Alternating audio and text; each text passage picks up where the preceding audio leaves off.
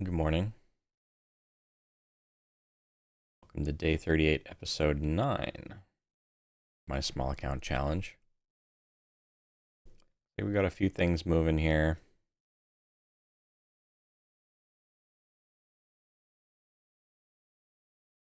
Codex is moving a little bit. Had some after hours news.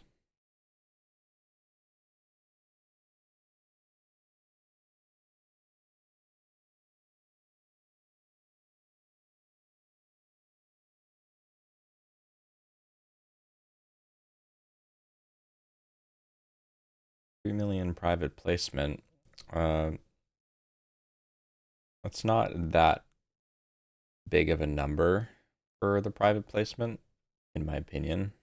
Only 3 million. And news that released yesterday.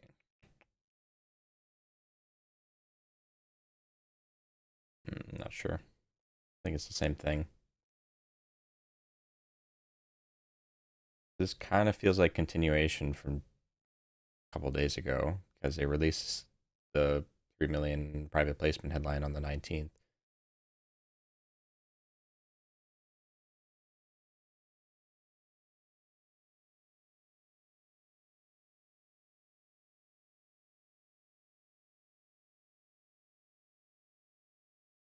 We have daily resistance at 4 and daily resistance at 440.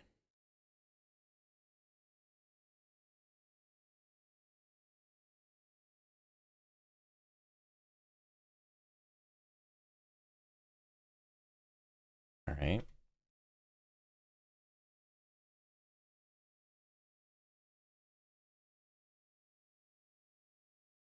So we are coming up to 7 a.m. here. So could see a sudden spike.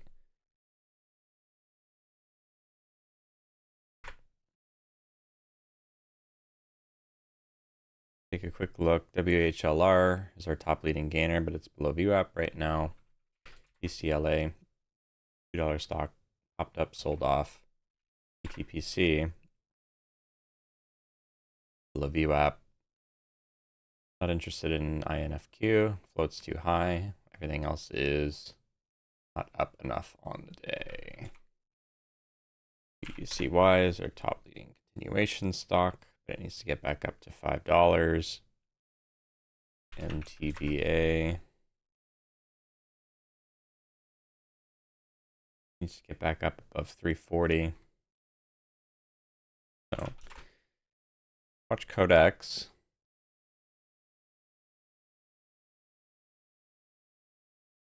Morning, Spooky. Let's pray for Momo today.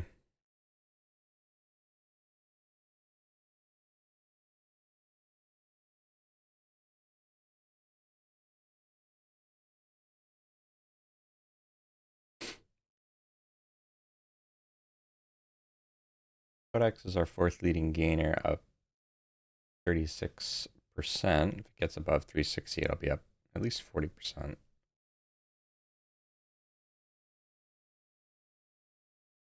Almost 50%.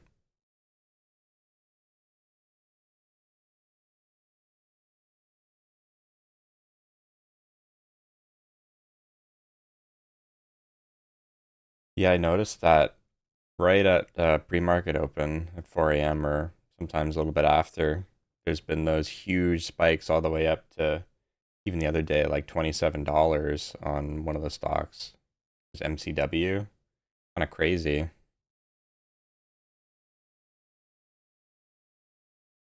Unfortunately, I would I would absolutely die if I got up at that time. It's way too early for me. No amount of money could make me get up that early.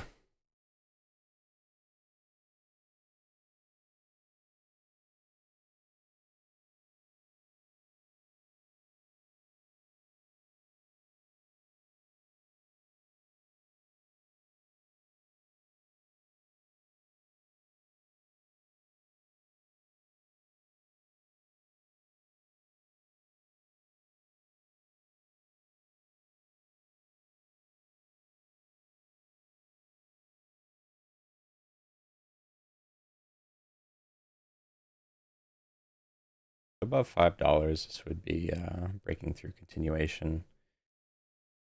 Kind of looks like a bull flag, a daily bull flag almost.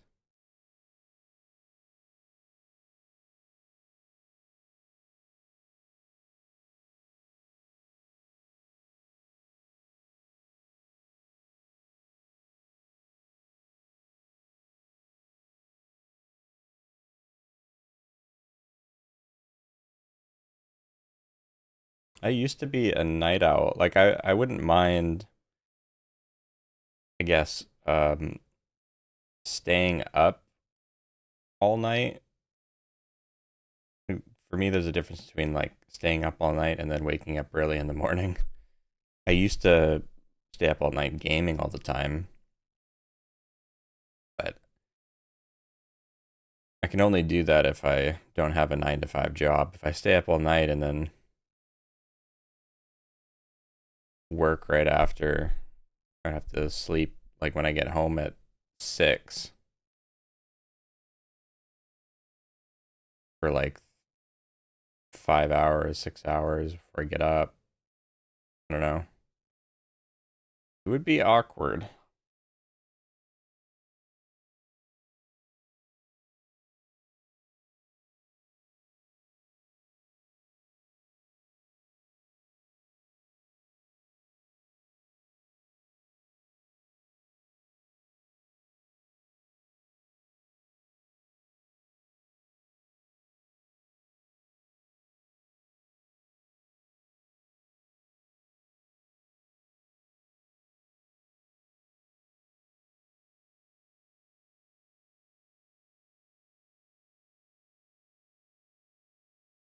Hopefully you got some good trades early in the day though.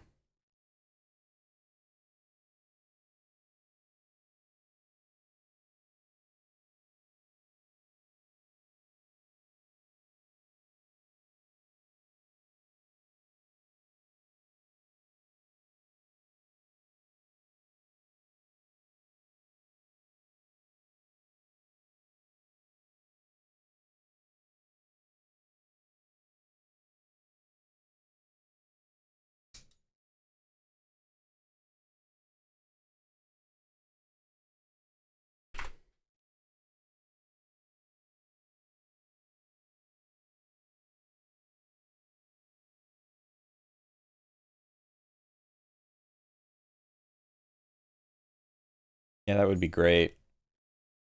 I would love to be able to come back for after hours, even if I have to trade after hours in the sim for a little while, because I'm not sure. I haven't traded after hours enough to know if I would be profitable there. But I would love to out trading at some different times.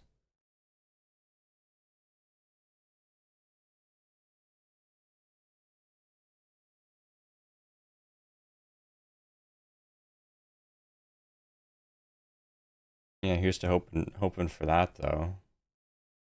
By next year, that's a good goal.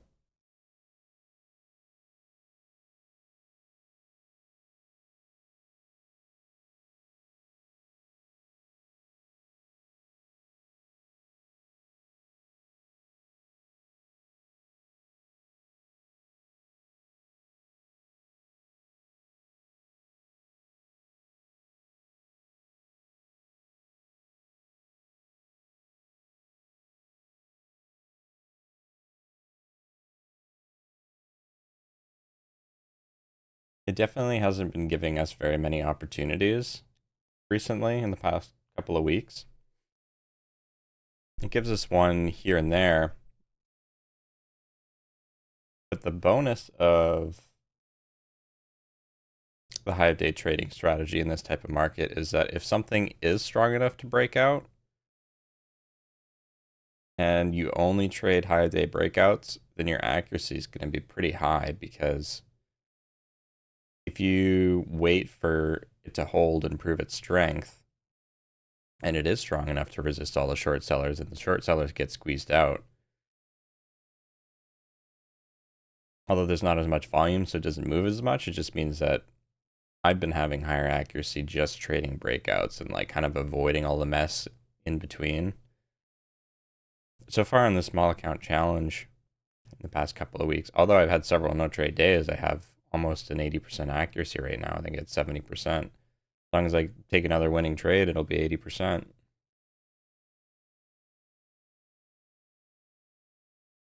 Because I've been very, very picky though.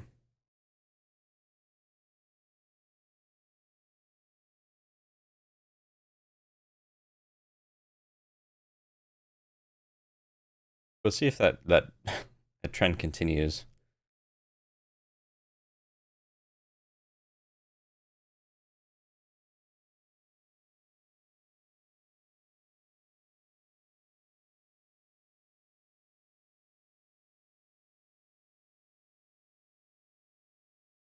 It seems to me that Ross is kind of doing the same thing. Like he significantly reels in his quality standard in a cold market, and he's still making money, and his accuracy is like 80% in a cold market.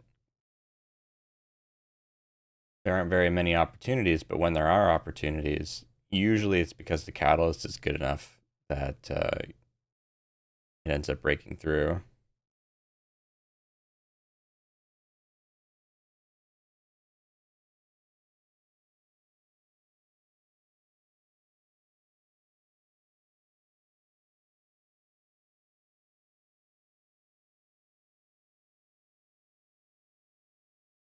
Thanks, I appreciate that.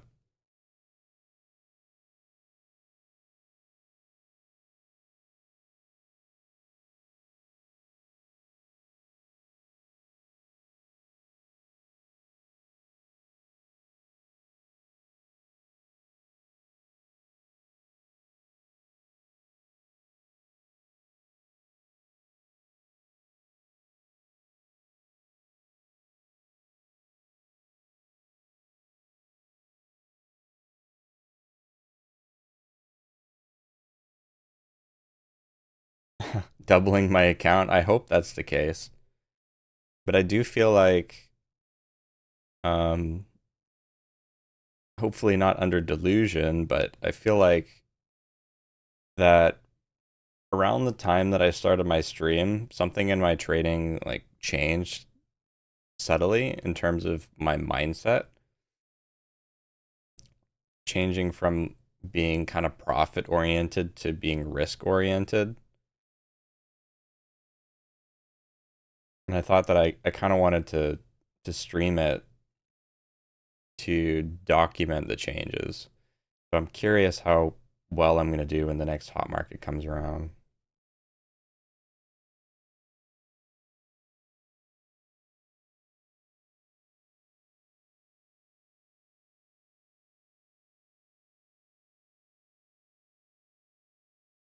Technically, I can use leverage, but that comes with asterisks. So Trade Zero is a type of broker that'll restrict leverage on a lot of stocks.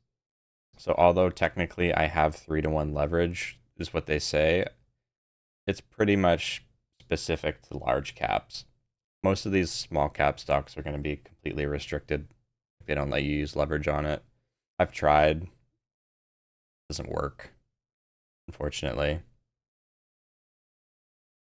And I mean, I mean, probably maybe 25%, like a quarter of the small cap stocks would have maybe 2-to-1 leverage allowed on it, but I don't have a way in my broker platform to quickly check for that. I would have to go to their website and type in the ticker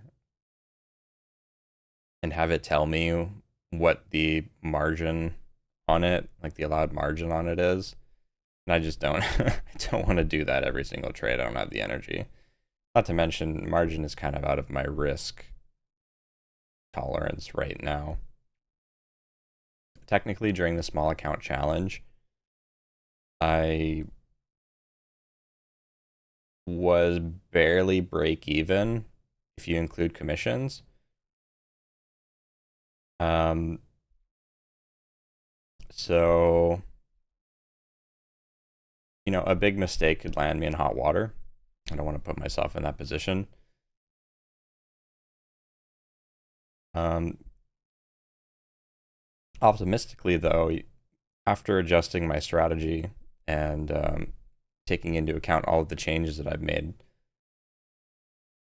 I would have during this cold market made like $400 or $500 if I had traded like this just from the very start, tightening my quality standard and focusing on only the best setups and kind of avoiding all the curling patterns in the VWAP and only focusing on breakouts.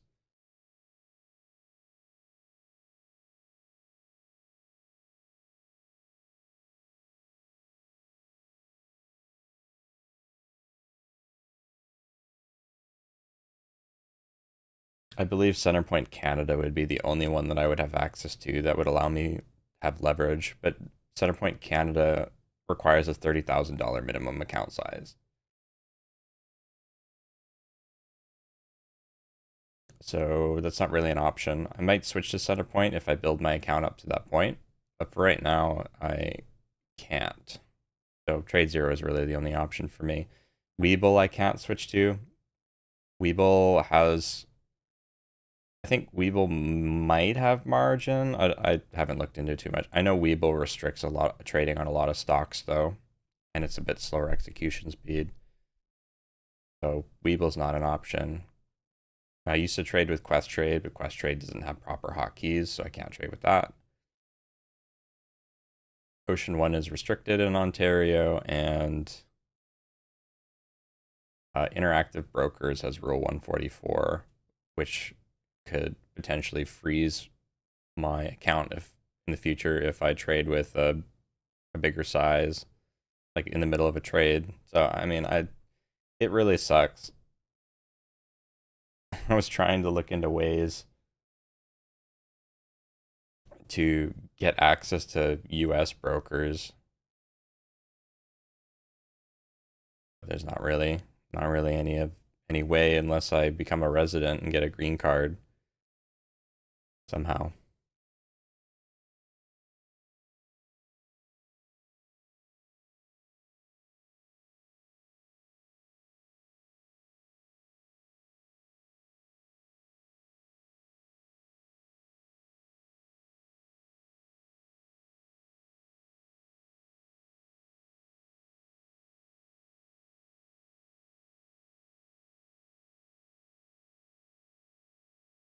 Weeble's removing restrictions. If they removed restrictions and increased their execution speed a little bit, it would definitely be an option. Webull has just basic fees. I think they're commission free. But they have basic fees. So it would be cheaper than trading with Trade Zero. Trade Zero at the share size I'm trading at is just over $1 per trade, basically.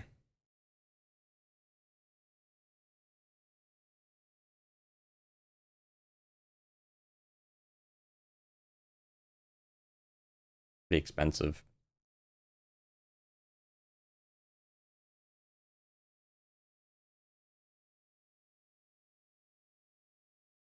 I'm still plugging away anyways. I'm not really too worried about it right now since I'm still kind of proving profitability with the small account. So at any point that I can build my account up a significant amount, that's when I'll be like, all right, what what broker can I switch to? And it's probably going to be Centerpoint. Centerpoint's been around for a long time. So I know that they're a secure broker. They also have direct access routing, which is the only Canadian available broker that has direct access routing. Trade Zero only has smart routing.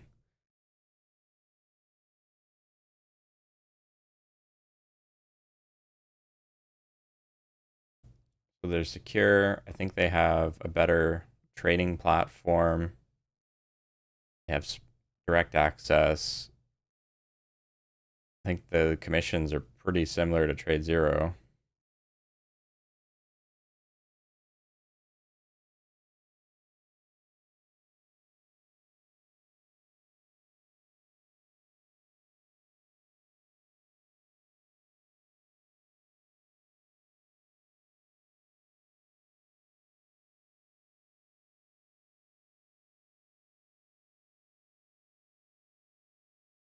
Yeah, that's not good. The way that I think about execution speed is that even if you can get out like half a second earlier, or sometimes even like a tenth of a second, if you can get out just a moment earlier, you get price improvement on your fills, like your entries and your exits. So over a long period of time, even if you only get 1 cent per trade of improvement, that adds up. Like that could pay for commissions itself. If it's 1 cent on entry and exit on average over a long period of time, that probably saves you money depending on the share size you're trading with.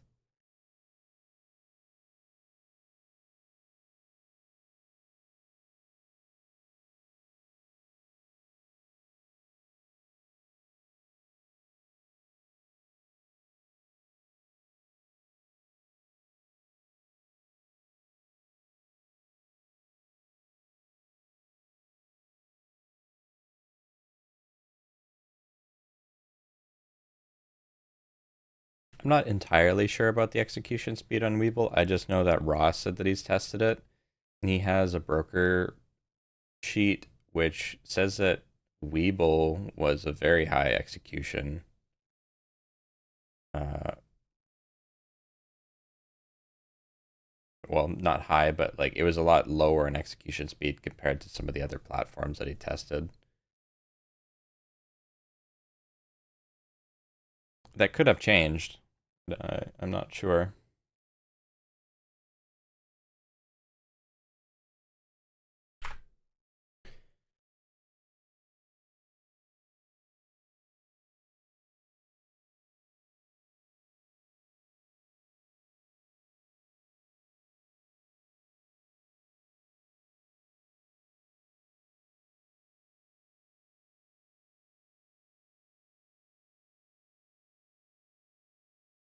I do have a Webull account.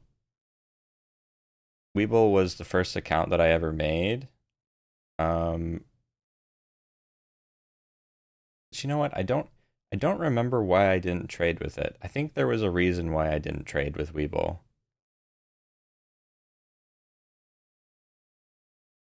It was the very first account I ever made.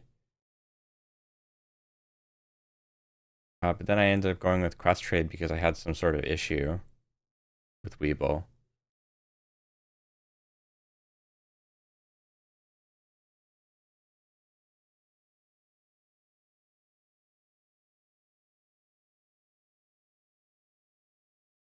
I don't know. Maybe at some point I'll test it. I'll put in like $100 or something and just test the execution speed.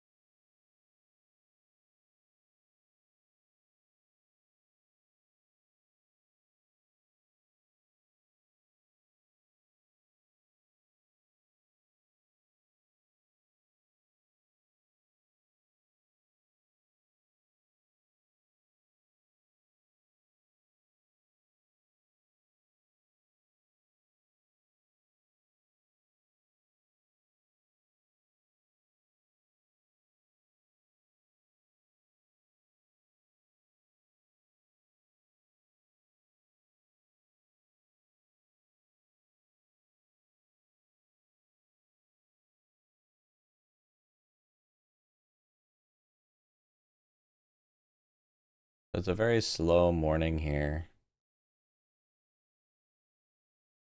I was hoping that 7 a.m. volume would cause one of these stocks that are up to break out.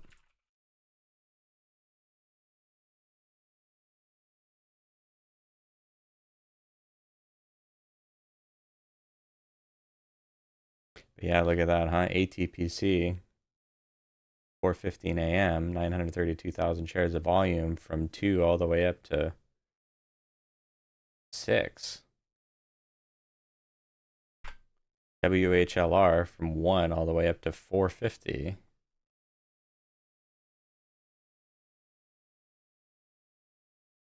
PCLA 175 all the way up to 4.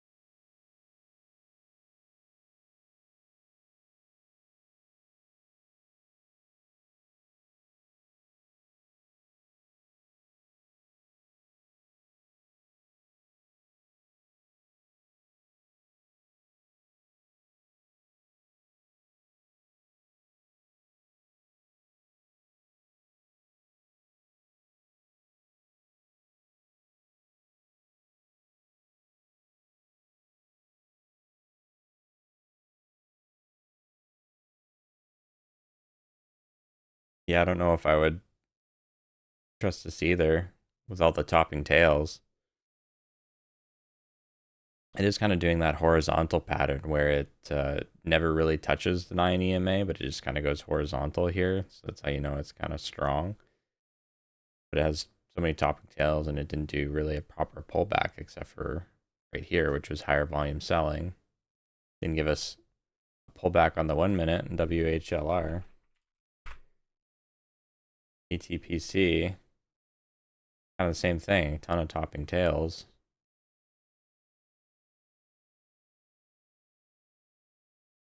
Even this pullback here, big topping tail.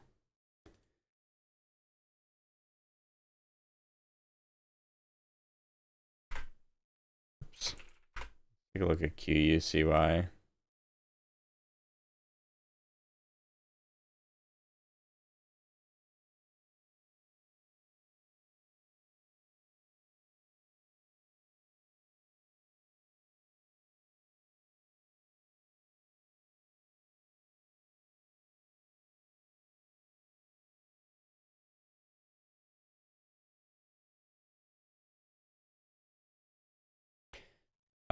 I tried using the Trade Zero sim for a little bit since I already had an account. As long as you have money in the account, then I mean they take a $50 data fee monthly. But Trade Zero had a simulator, except the simulator really only provided one line here with the prices, and it wasn't very good. So I ended up paying for the Warrior Trading simulator because at least it had a full level 2 with halt levels and um, relatively fast execution speed. It is a little bit expensive. It was like $90 USD, I think.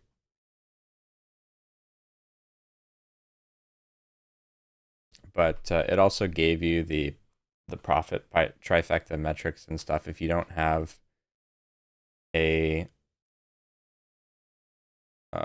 logging software like a trade log software like TraderView or any of those other softwares. It gives you an inbuilt kind of profit tracker. It tells you your profit loss ratio, your accuracy, and it gives you a calendar. So that's what I used for my live streams, like when I started trading in the sim. All the other simulators I've tried are not very good. TradingView has a sim too. When I first started trading, I used the TradingView sim, but it doesn't have proper hotkeys. You would have to use a Pine editor to make hotkeys. But if you don't use hotkeys, the trading view simulator is not bad.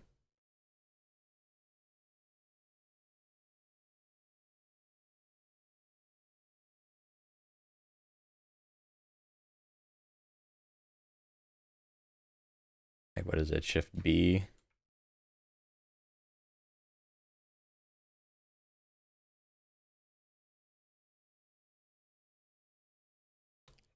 Like, it has this type of depth of market setup on trading view. Can you see that on the screen?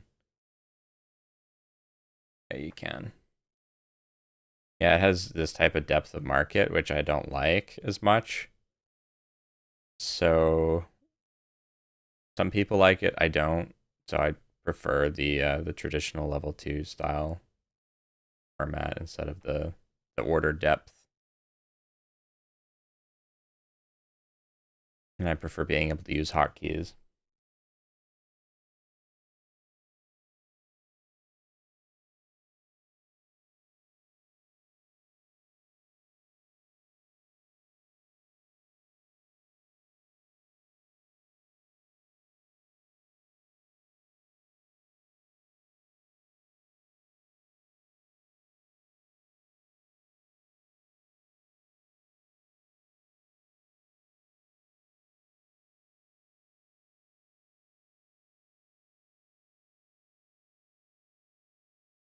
I think Ross recently has also put out a new form of the simulator in Day Trade Dash if you use his scanners. Ross Cameron and Warrior Trading, if you use his scanners, like the inbuilt, he has a beta for an inbuilt simulator that has hotkeys and all that instead of the separate program for the simulator. I don't know when he's releasing that. I'm not sure what price he's gonna set that at either, because he still has to pay for market data fees and stuff.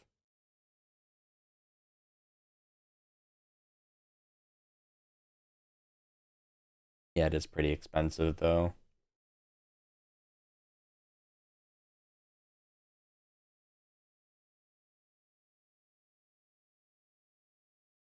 So BESS, it's only up 16% right now. We're right below the 200 moving average at 5. It doesn't have enough volume. Its news released at 7 a.m., so I wouldn't say that the reception to this news is very good. I'm watching it because there's not really anything else moving, but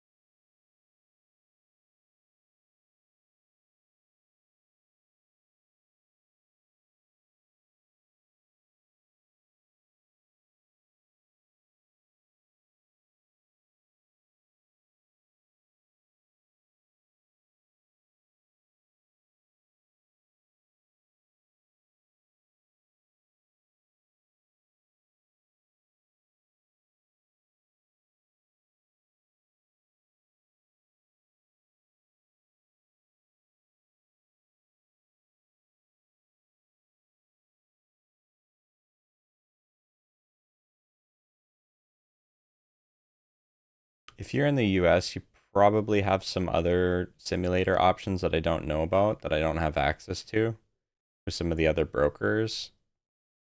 Um, Maybe looking into those. They might be cheaper.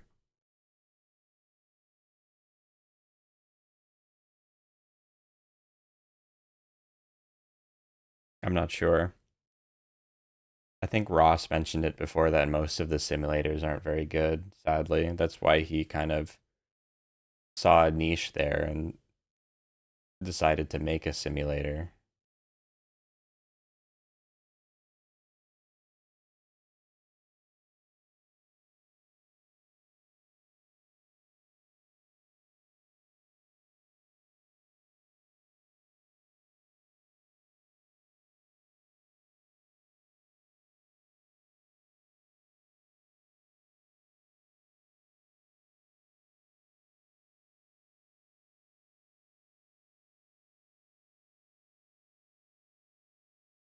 look it up on the side here for a second since there's not very much going on right now. Well, it is 7:30. I should watch 7:30 news for a second here. Up until 7:33 at least.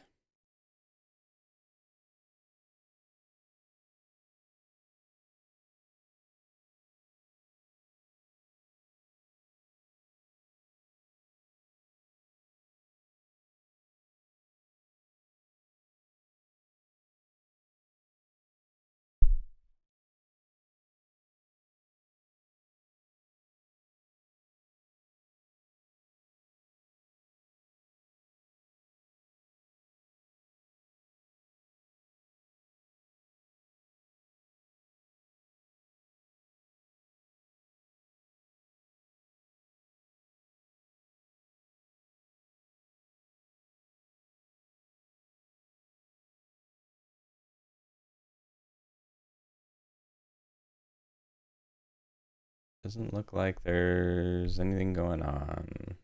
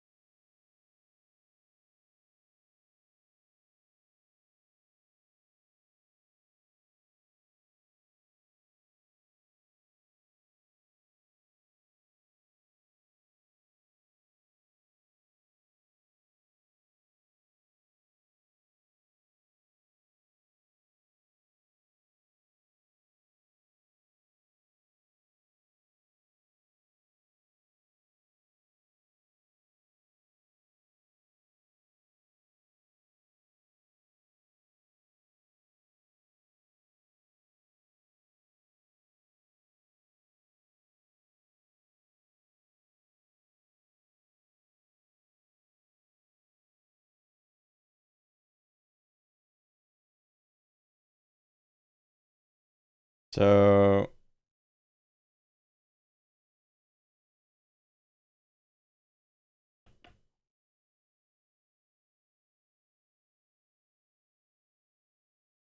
I'm just looking at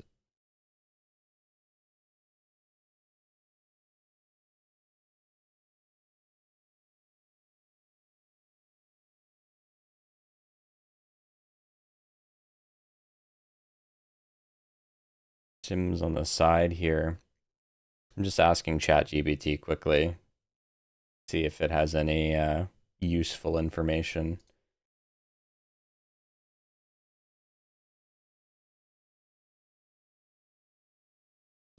So it says trading sim,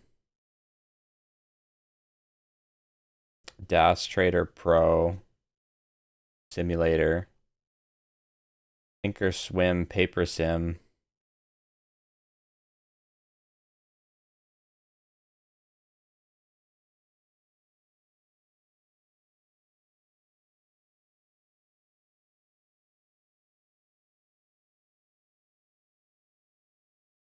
It says trading sim or DAS sim. Trading sim apparently has a free trial.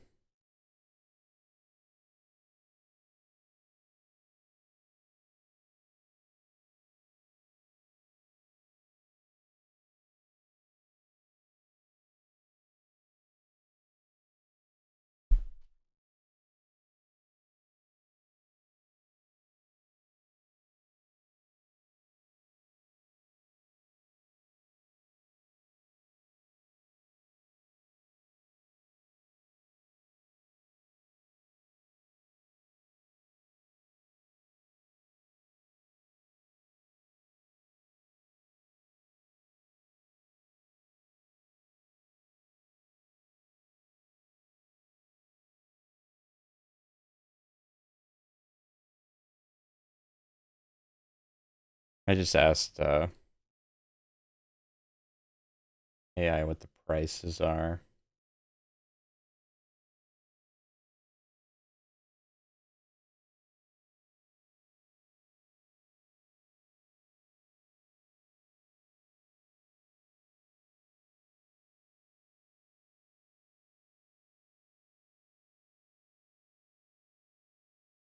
Dash Trader Pro Sim's too expensive. It's like $100 a month. But apparently Trading Sim is $79 per month. Nah. Yeah, you'd probably be spending the same just trading with one share in Webull, right?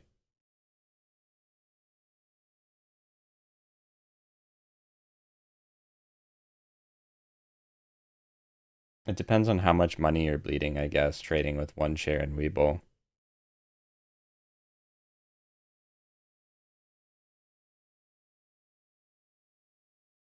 But the thing about trading with one share is that, I mean, I kind of felt this myself, which is why I decided to go back to a simulator for a while for the beginning of my live streams. Um, is that when you're trading with real money, even if it's just one share, you're going to be a lot more careful at, with your orders, and you're going to be feeling emotions and this and that. And that's good in the right scenario, but depending on where you are in your trading journey, it might be better to be trading in a simulator and just be able to go ham, like just trade everything for a while. If you're really early on in your trading, you just want to get experience and just be able to trade without worrying about winning or losing and gain experience. And then there's the other part of your trading journey where you want to be trading to back test a strategy, treating it as if you were going to trade with real money, in which case you don't really want as many emotions involved because you just want to back test the strategy. And if the strategy is profitable and you know it's profitable and you can execute on it without anything involved, then when you go live with real money, you can look back at your back tested strategy in the sim and say, I know that I could do this if, you know, if I keep my head on straight and trade as if I were trading in the simulator. There's no like questions um, about the strategy itself when you start losing money and you start entering drawdowns. That was the idea that I had when I was trading with the sim, is that I wanted to know that I could execute on a strategy, and I also wanted to test multiple strategies at the same time and cut out the ones that were losing me money. So that's how I started with trading like pretty much everything, right? Like I was trading the Hive Day squeezes, the breaking news, I was trading the VWAP patterns, trading the curling patterns. I was pretty much trading every single setup that I knew for small cap momos, and I labeled them in my trader view, in my trading log, and I just cut out all the setups that weren't working, and that left me with the meat and potatoes of what I was making money with. And maybe later on, as I get more experience, I can add those back. It was important for me to have that experience in the simulator while I wasn't really that influenced by emotions, to look at what I did well with, what setups I did well with, and the setups that I didn't do well with. And that whole time I was trading in the simulator, I didn't have to worry about bleeding money on setups that weren't profitable during this cold market.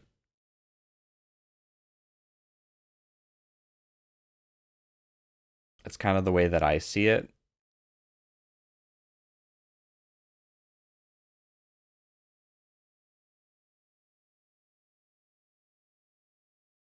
So, but I'm also in a position where I can afford to spend a little bit more money on a simulator and on the education very, very early on into my trading journey. I bought the education with Ross Cameron. I got all the scanners. I got his uh, course access for 3 years, which was all very expensive. But I kind of saw it as an investment to an investment in myself for the future.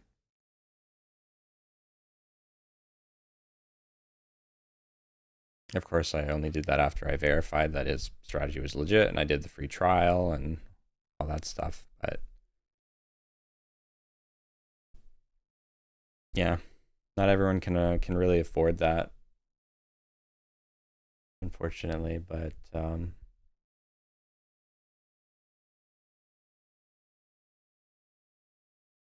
maybe a little bit of a longer road, but it's definitely doable.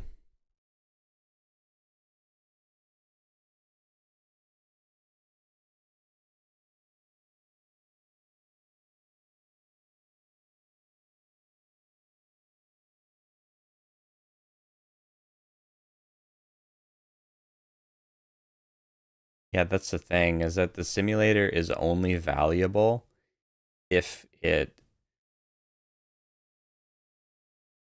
is at least close to trading with real money. If it's not even close, then the data that you're going to get from trading in a simulator isn't valuable. If it's like 1 second or 2 second, if you're trading the strategy that Ross is or I am, where it's you have to get in like instantly or you're going to be up maybe 10 or 15 cents on your entry,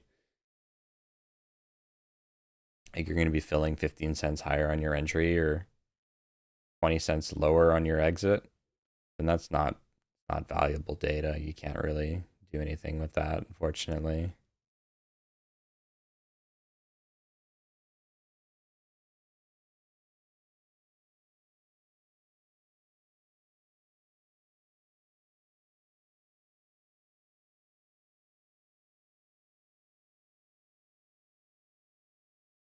Yeah, Ross is really good about that. Ross has a ton of free information. The only problem with Ross's YouTube is that every single video is tailored to a beginner. So it doesn't have the continuation that his courses do. If you watch enough of his videos, you'll probably get most of the meat of the strategy. Um,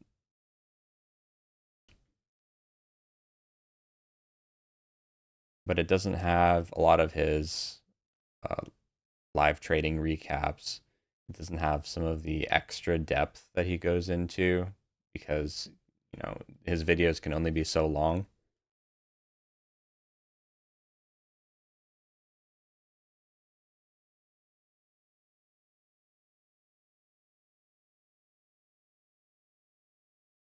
I would say that his free YouTube has pretty much like 95 to 99% of the information though.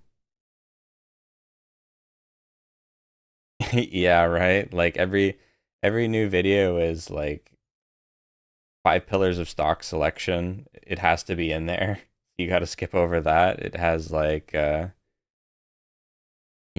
what a bull flag is, an ABCD. So you gotta every time Ross releases a new video, you gotta like skip to the part that has the info that you're missing. You gotta hear it in 1,000 different ways to hear that little bit of extra depth because it doesn't have continuation. That's the only annoying thing.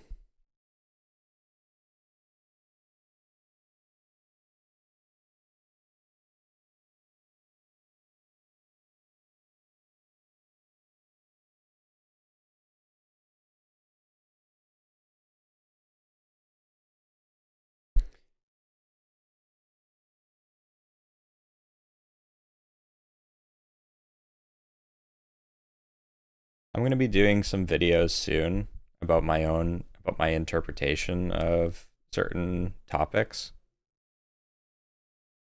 With a lot of my knowledge coming from Ross Cameron and the things that he's talked about. I just started one the other day, actually, yesterday, on just doing a ranting video on risk, trading psychology, and rules. I had some people asking me some questions about it. And I've also noticed that it's kind of a topic that people really gloss over. My videos aren't going to be super like edited or structured like Ross. It's basically just going to be me sitting in front of a camera and ranting and going over examples. But I hope that maybe it can provide some extra information to some people who want to sit down through a long form video and just listen to me rant. Taken with a grain of salt, of course, because I also am a beginner, right? I've only been training for 9 months, but everything that I talk about is my interpretation of what Ross Cameron has mentioned in his strategies, and also some of the ideas that I've taken from other traders that I found on YouTube that should be reliable.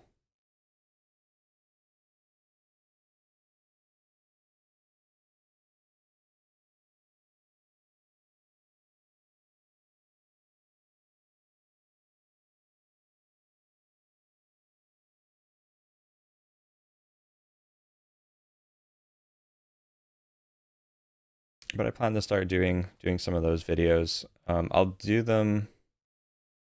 I'm not going to do them like super regularly for a while because I need to prove profitability first for people to trust me and my information.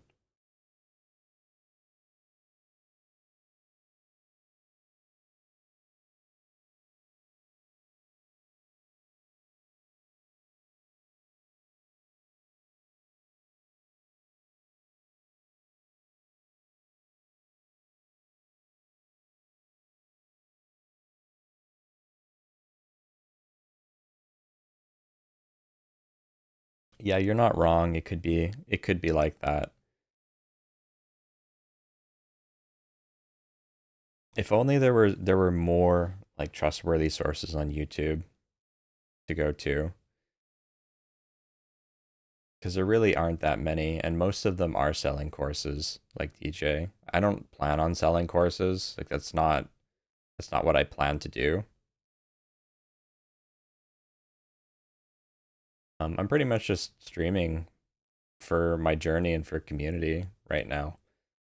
So my videos aren't really going to be edited in any sort of way. Like I'll obviously cut out the silence, the parts of silence where I'm going to be sitting and stuff, and I might add some like titles or something, but pretty much most of my videos are going to be me ranting about my opinions about trading and stuff.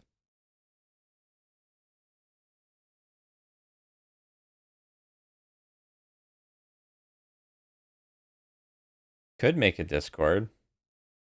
That wouldn't be a bad idea.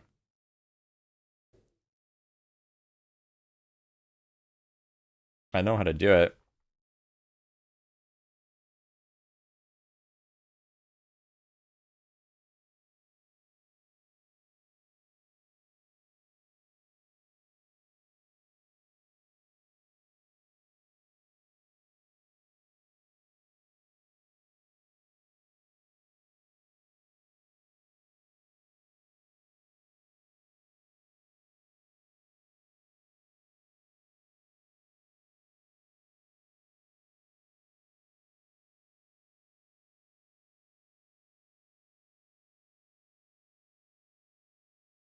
If enough people think it's a good idea, then I'll do it.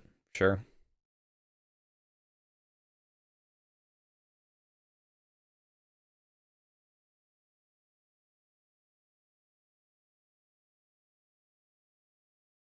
Yeah, I'm not sure about DJ's course. A $10 course? Is it only $10?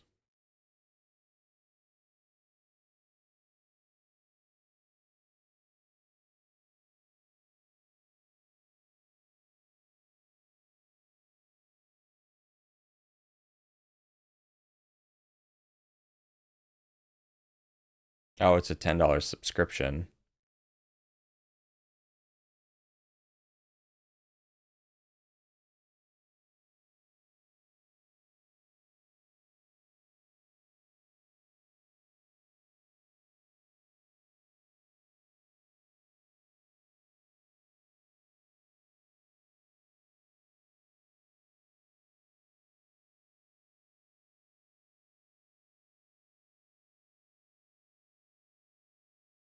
Yeah. Has DJ shown his like his broker statements or his profit loss?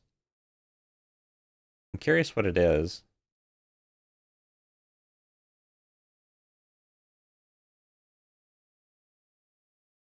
Do you know?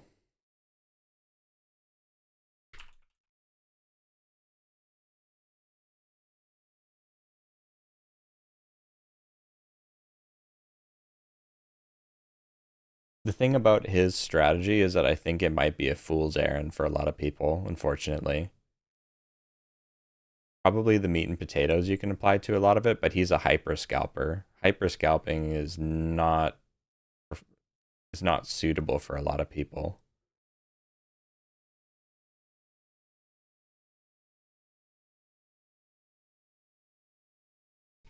The amount of focus and concentration that you'd have to be a hyper scalper is I can't even imagine. It's very impressive what he does.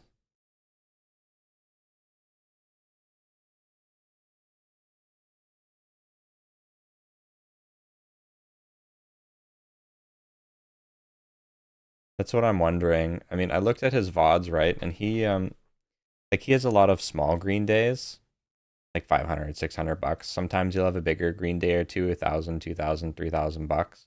Then he'll have a big red day mixed in between. So I'm curious what his actual profitability is.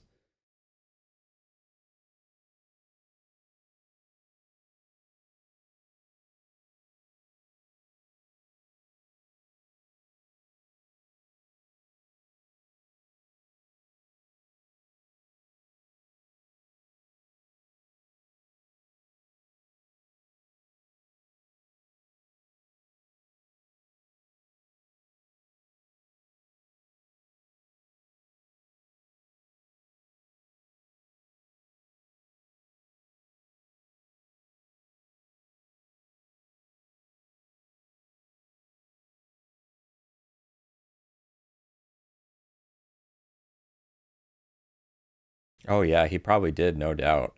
Right now, I guess isn't a really good time to compare because we've been having this bear market for the past like 5 months now. Maybe basically since December. We had a small hot run in January, but after that, I mean, it's mostly been cold.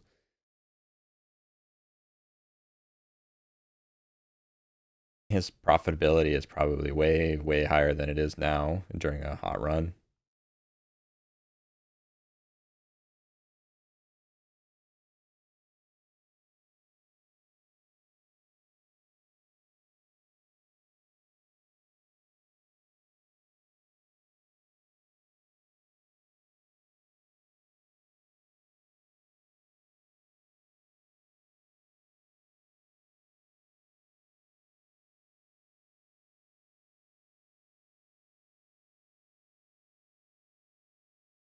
This is one of the things that I want to be really transparent about as I'm streaming, as transparent as I can, as I'm going through my journey being a beginner, is what my actual like profitability is so that people can trust me, right? That's why I have all of my order entry windows on the screen that I can legally. I'm still not sure about showing level 2 market data because level 2 market data is technically restricted by the broker's policies saying that you cannot redistribute it. I see some streamers showing level 2 data, but I'm kind of nervous about showing that data because if I ever have a lot of viewers in the future, that could come back to bite me.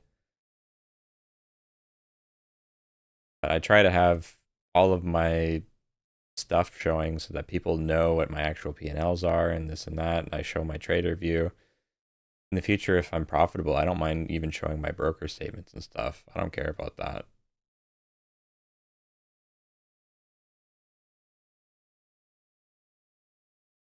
It really seems like there's a lack of people in the trading community that actually want to be held accountable.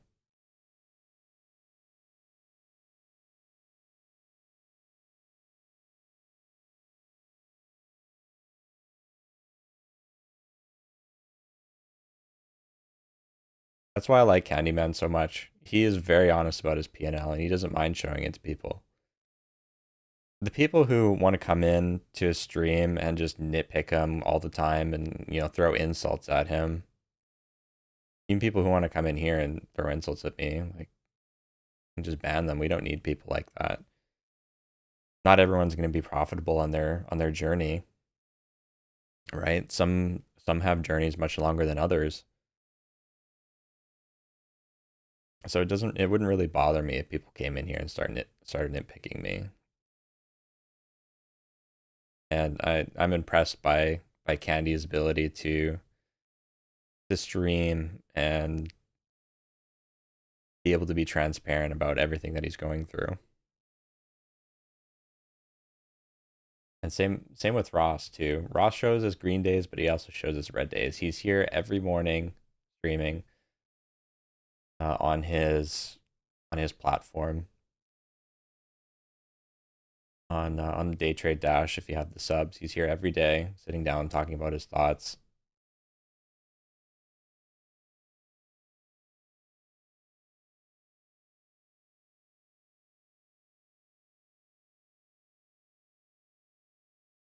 So that is something I want to emulate if I can, between both Candyman and Ross. I looked into the reasons why there might not be more traders streaming on YouTube. And part of it is because of, the fact that they don't want to show their drawdowns. A lot of them just want to show their good days and gain influence and sell courses, even though they might not really be profitable. Some of the people who are actually profitable don't want to stream because their strategy can be very focus intensive. They don't want to be distracted by all the bells and whistles of streaming and people jumping in and asking questions, this and that. If they're actually profitable, then they're making money. They have no reason to stream. Then there's the people who their strategy actually loses edge if they stream it live to an audience and they have a lot of viewers, and you have people who are front running you on a lot of the setups and exiting early and making stocks crowded. So there are some people that literally cannot stream because their strategy loses edge. And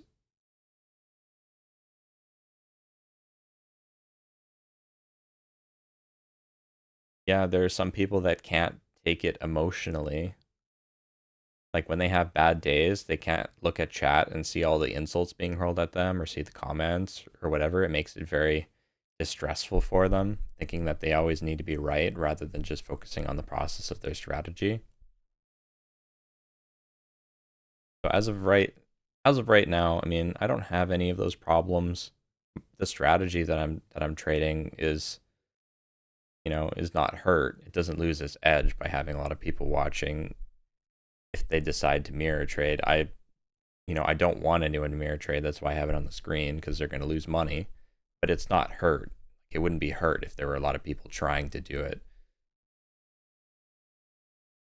And I'm a pretty resilient person, I think. So I think I would be able to maintain a stream long term, not being worried about people.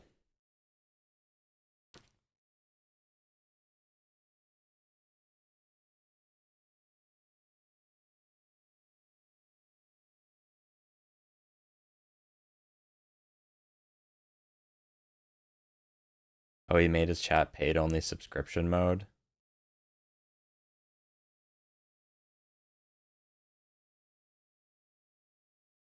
Yeah, the problem, so there's a lot of trading influencers. You probably know this, but I mean, it kind of ticks me off.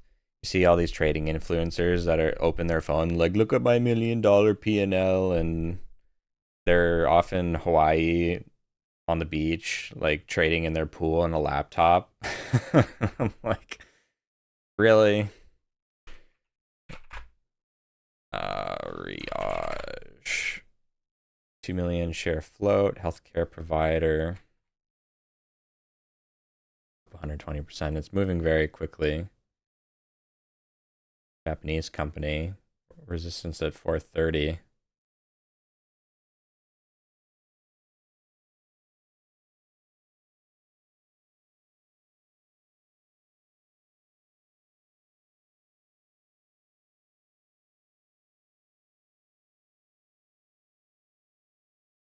Feels like it has a lot of selling volume.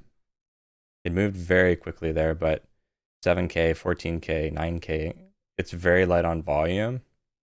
So this is really risky right now. We have to wait for it to increase in volume first, maybe for a break over 5.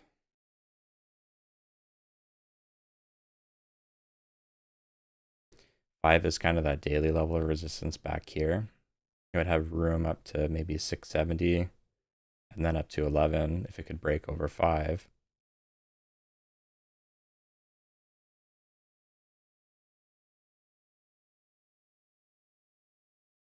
So it's interesting that these algorithms are doing this. Like it popped from 2 all the way up to $5 instantly, but on extremely light volume. So this is kind of a trap. This is pretty much a trap here. Unless this can curl back up to 5 with strength, then anyone who bought on this pullback here is going to get smoked.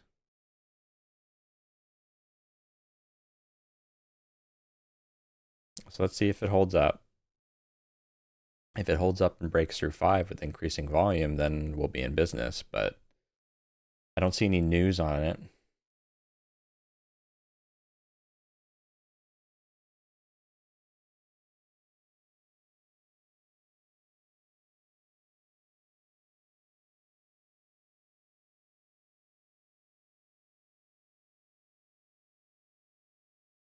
Yeah, you're right. It's blue sky over I can't mouse over that green candle. Over 1143.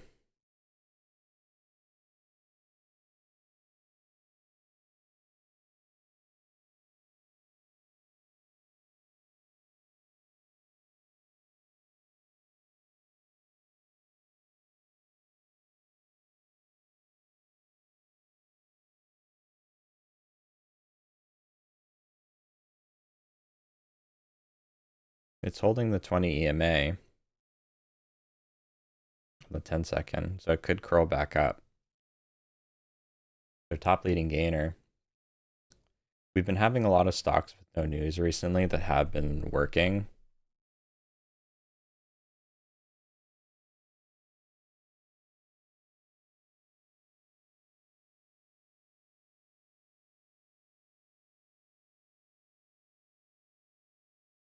I'm just not sure yet.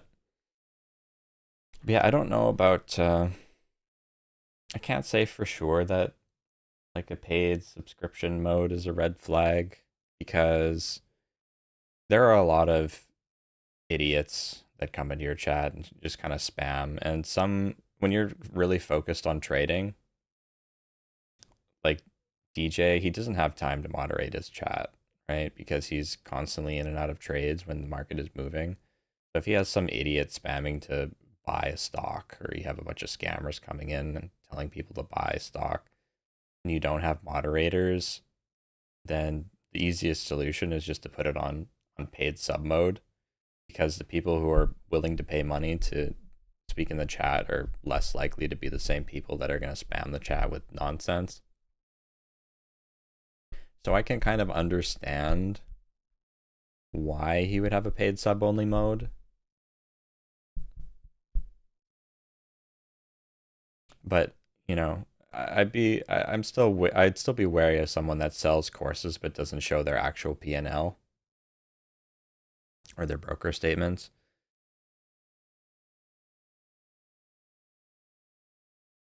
If they're just showing their trader view but not their broker statements or their trading logs, those can be fabricated.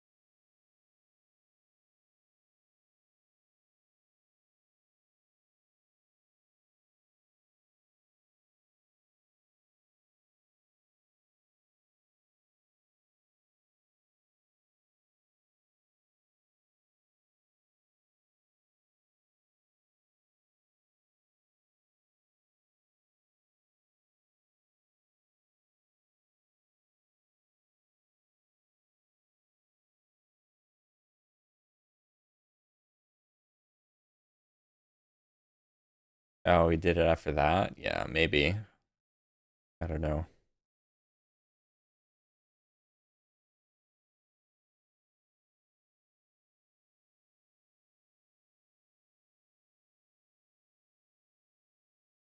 Some people will find it hard to stomach some of the abuse that you have kind of thrown at you online. So, I mean, I don't know. It can be debatable. But if you really were confident in your profitability, then would you care about the insults being hurled at you? Like if you're $1 million trader and people were saying you're not legit, like would you really care? I don't not sure. If I was a million, like a multi-million dollar trader and I was streaming like every single one of my trades with my P&L showing all the time, having streamed my trades since I started, you know, I certainly wouldn't care. I'd think that the people who are telling me that I'm not profitable are idiots because they didn't do enough research.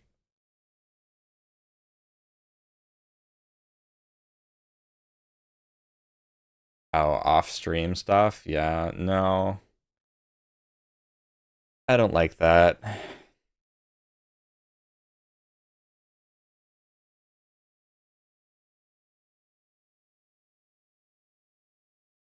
Yeah,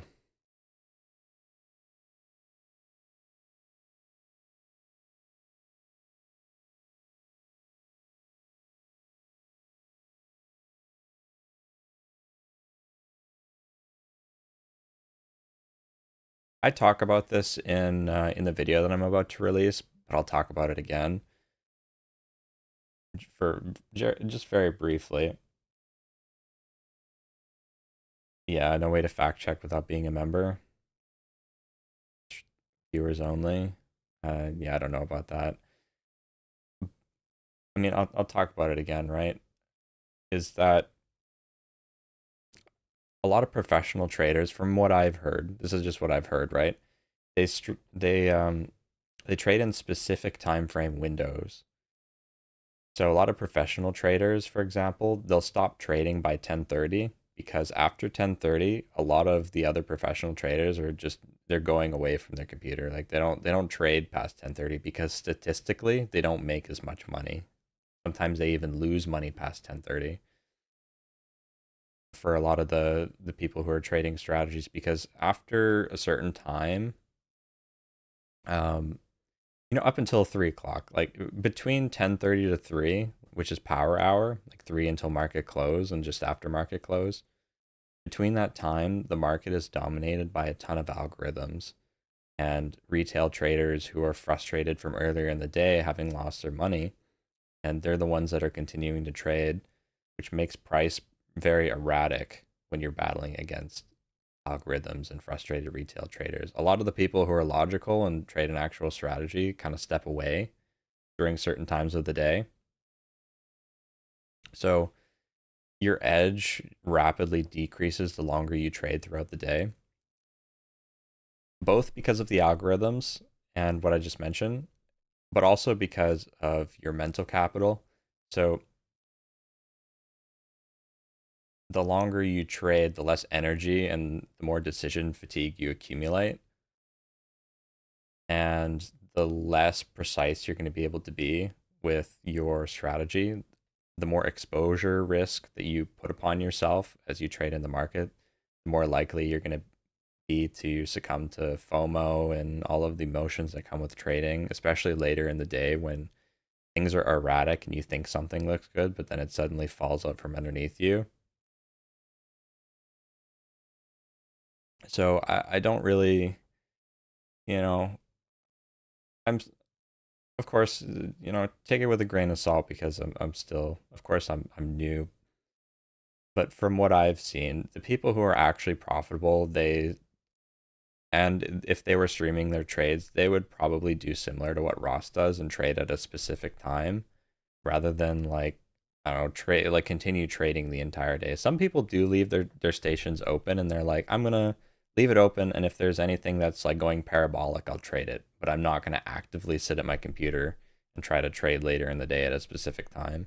So I feel like anyone who's streaming their trading should be able to say pretty definitively that most of the time, okay, I stream at this time and I stream at this time. Like these are the times that I trade. I can just open up my OBS or whatever streaming platform I'm streaming with and just press the go live button. It's not that hard, you know? Like if I were to ever become full time and I decide that I want to set up a specific session window to trade um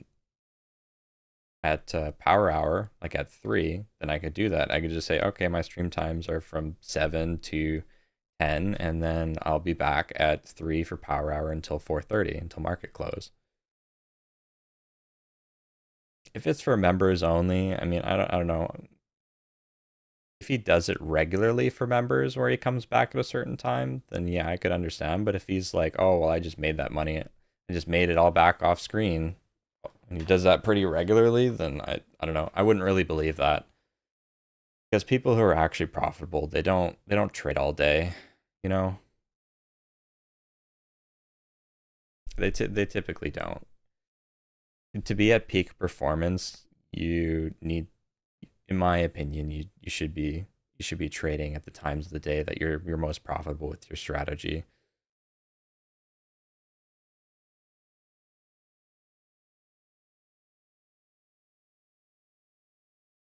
And it depends on the strategy, of course, the times of day that you make the most money with. It depends on the strategy. But for Momo, like a lot of the volume collapses after 10:30 and starts becoming not very predictable, especially during regular market hours when you're dealing with market orders, stop orders, circuit breaker halts. You're dealing with, you know, the erratic traders that are just trying to make losses, back jumping into everything. You're dealing with algorithms. Algorithms start increasing in volume because market makers make the most money when stocks are trading within a range. So when stocks are consolidating, when there's less volume, the market makers will start throwing their orders up on the bid and the ask, making money from the spreads. That's why it's, you know, these stocks trade within a range, and when they break out of a range, the market makers, they pull their orders back off of the offers or on the bids, depending which way it's breaking out of standard deviation. But in the middle of the day, when things are consolidating, you know, there's nothing to trade with Momo strategy most of the time, unless it's breaking out. So I don't know. It just feels like it makes more sense to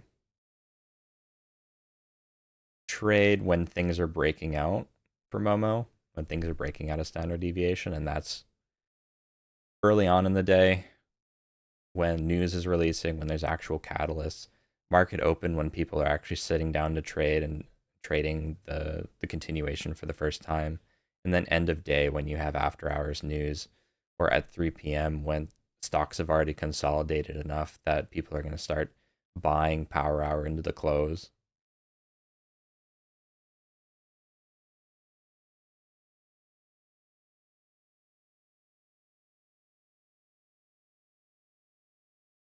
Yeah, I mean, if it's only a $10 sub, you could give it a try and for a month, and if you don't like it, you don't like it, right? Like nobody's it's not as if he's charging an arm and a leg for it, but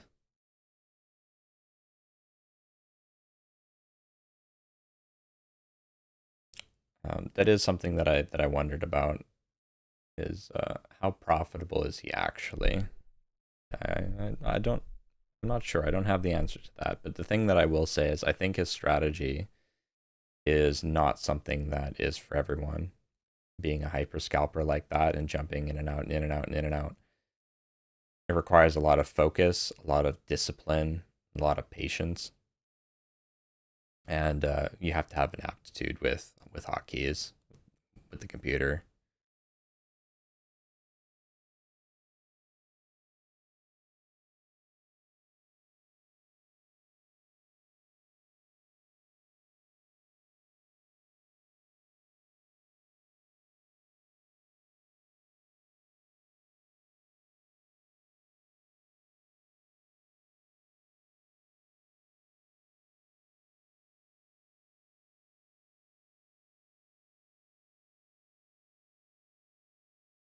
I mean, from the little bit that I've watched him, he what he is doing and saying makes sense.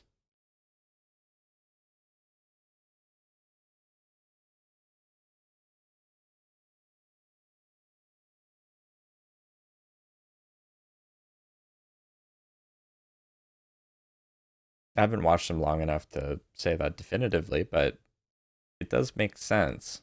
And he last I watched him, he was talking about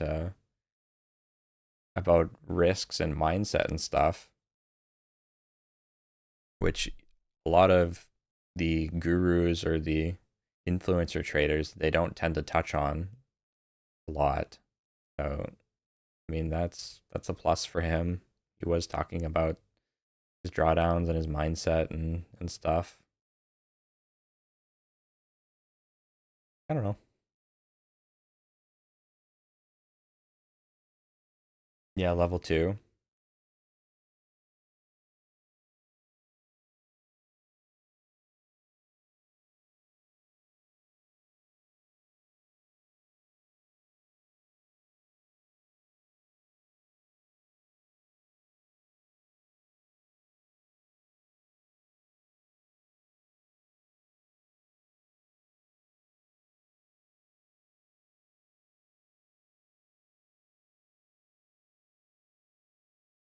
So what information does he say on his YouTube about level two?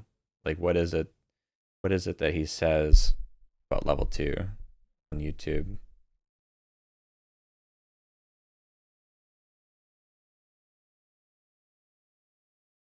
Because I could tell you if there's anything additional that he has in his education that maybe you haven't maybe hasn't been demonstrated on his YouTube.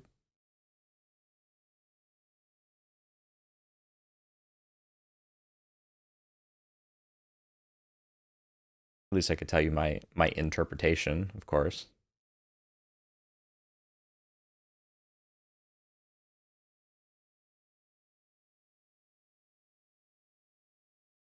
So by the way, I'm just waiting for 8:30. Like there's nothing interesting again today. There's nothing breaking out. Everything's going sideways or just selling off.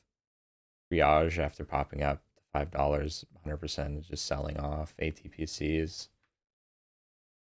top leading gainer, but it's going sideways below VWAP after selling off. WHLR selling off. So I have nothing on watch, nothing interesting. UCY has been going sideways.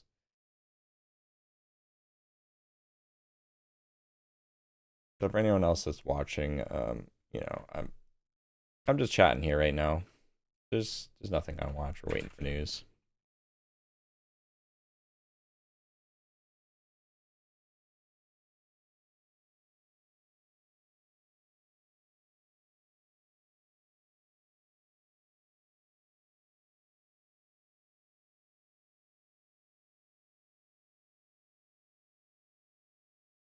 When he talks about level two, he mostly talks about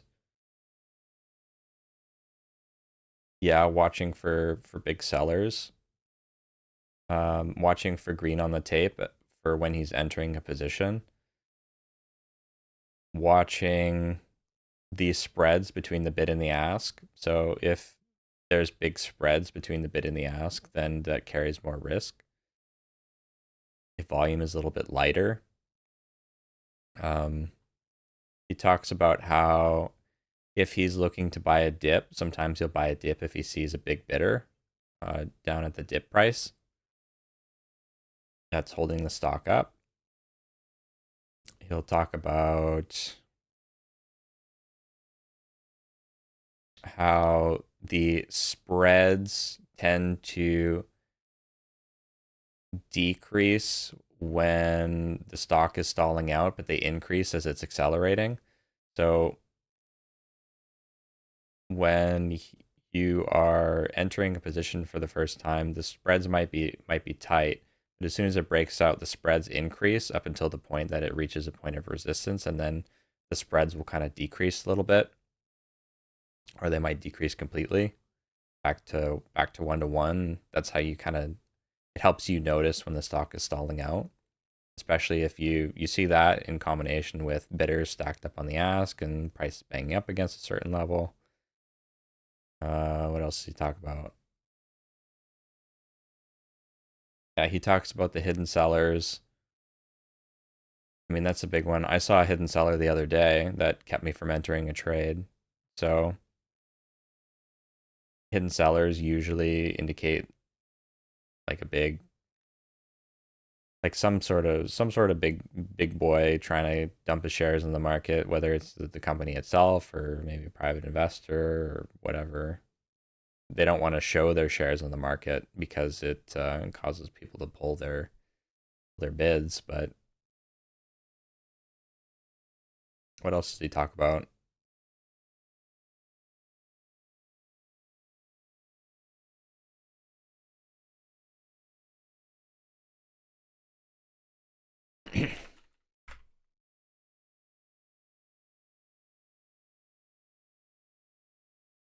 Yeah,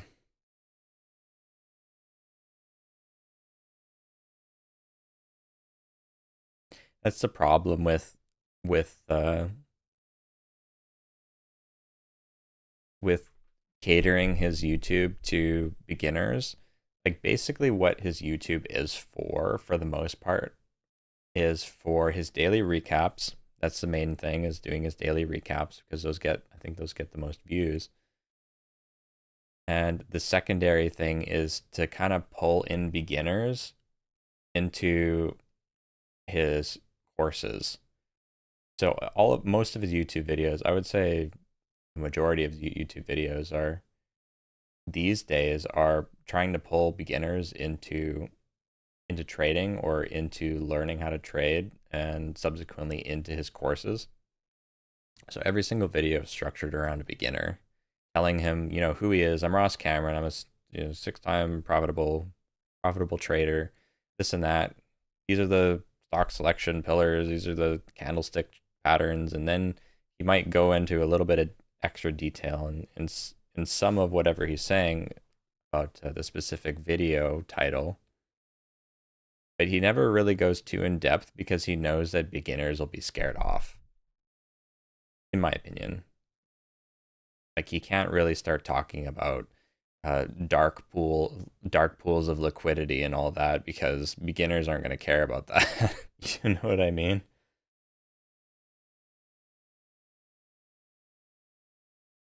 Like it's not something that they're looking at. So he knows that talking about it isn't gonna retain viewers throughout the video.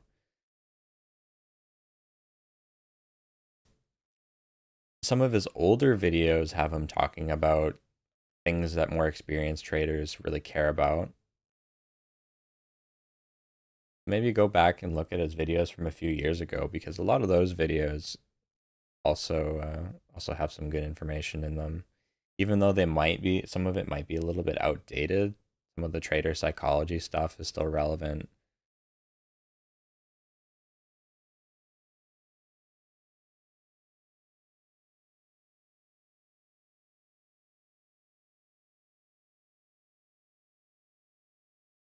And I'm not trying to shill his courses either. Like his courses do have some extra information on those gray area stuff. But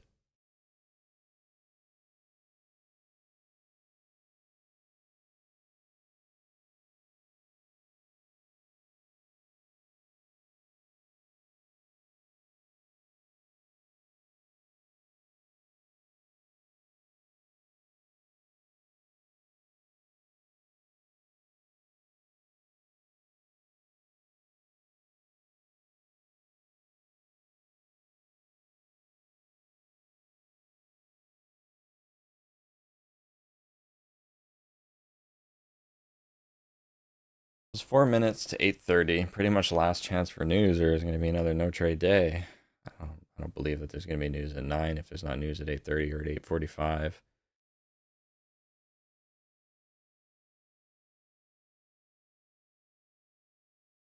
We are surviving right now. I'm not going to trade anything that's subpar.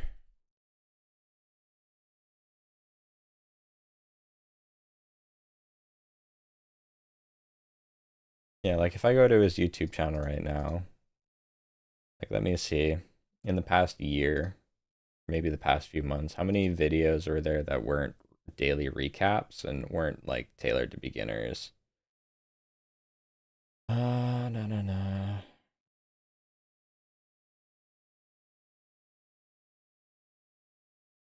The only candlestick pattern you ever need? Nope. Recap, recap, recap. Ultimate guide to trading a small. Yeah. No.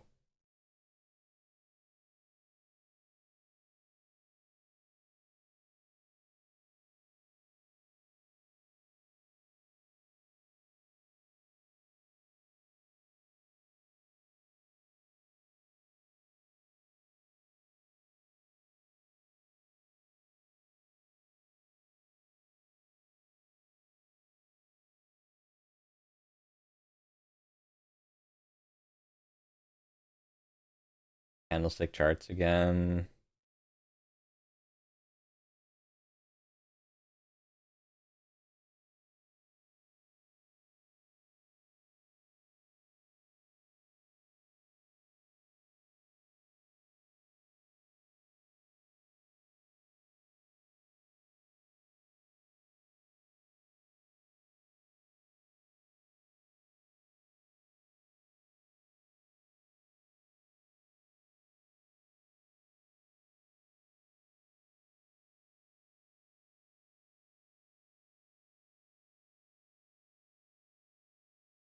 Yeah, no.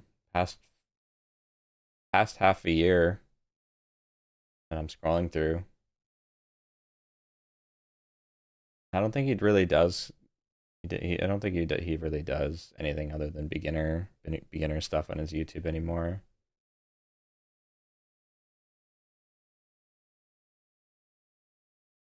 His daily recaps, if you listen to all of them, you can pick up nuggets of information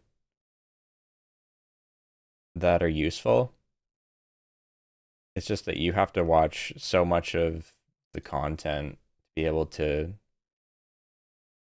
pick up extra nuggets here and there of stuff that you might be missing.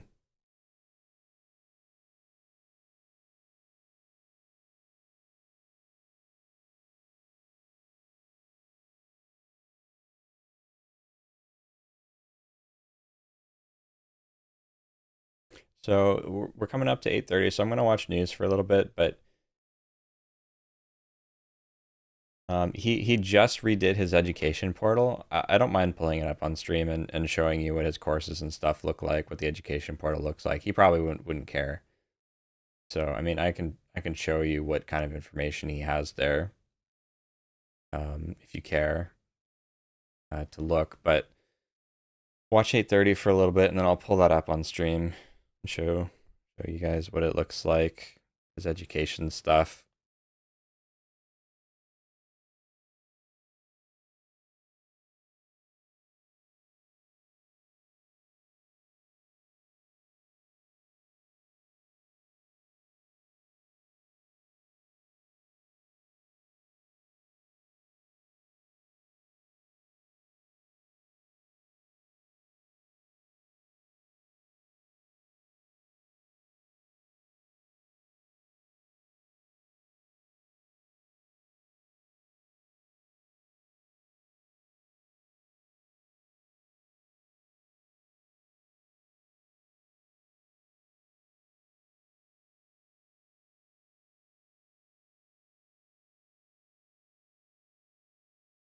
Yeah, that's the thing, right? For sure. It's super expensive for somebody that still isn't sure about whether they want to make trading a career or not. Not everyone has a few $1,000s to just throw into a course. Really expensive.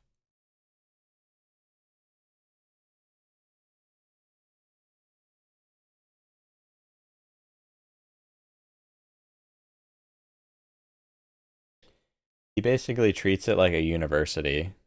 A university course is what he does. Why it's so expensive.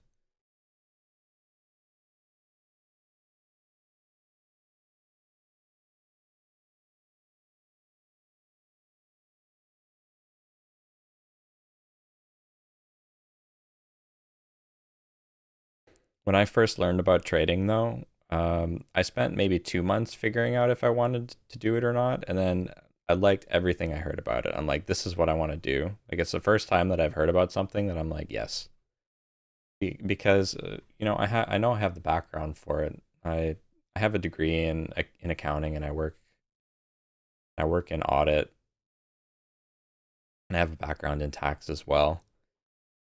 And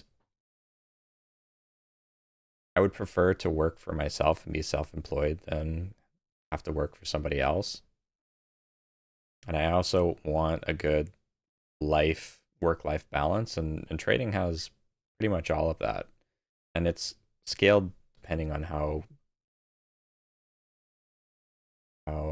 disciplined you are and how profitable you are and this and that. I mean, theoretically, it sounds great if you're willing to stomach the risks that come with it.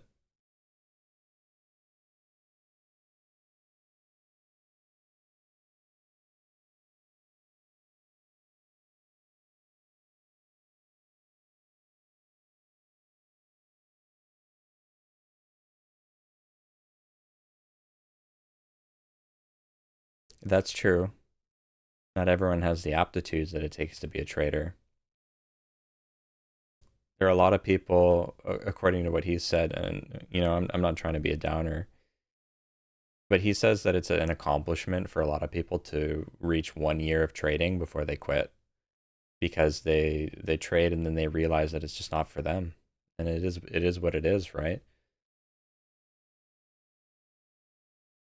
But there are some people who try it and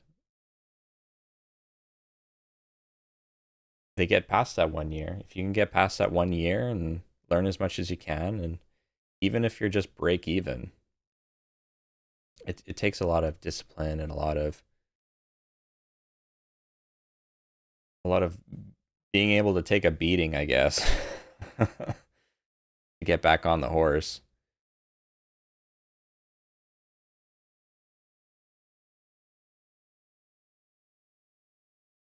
In the past 9 months that I've been trading so far, I've certainly taken a beating, let me tell you. I've taken a huge beating. I started trading with real money right from the get-go. I blew up my account probably like 4 or 5 times. Granted, I didn't put very much money into them, but I've blown them all up.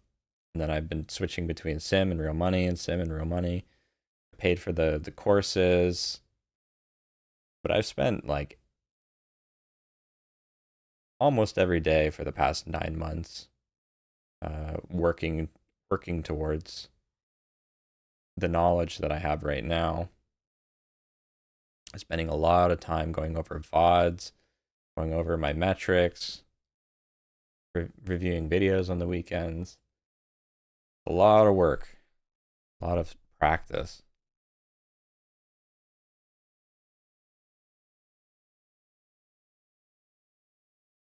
I think we basically started around the same time, right? You started at the beginning of 2025. I started in July. July is when I saw one of Ross's videos for the very first time. And September was when I made my first account, I believe. Or no, August. August is when I made my first account, and by September or October is when I decided to invest in getting his courses. And when I uh, when I first bought his courses, I like absolutely blew through it. I spent 2 weeks every day watching his courses. I think I watched all of his videos in like a month, taking notes and stuff like it was an actual university course.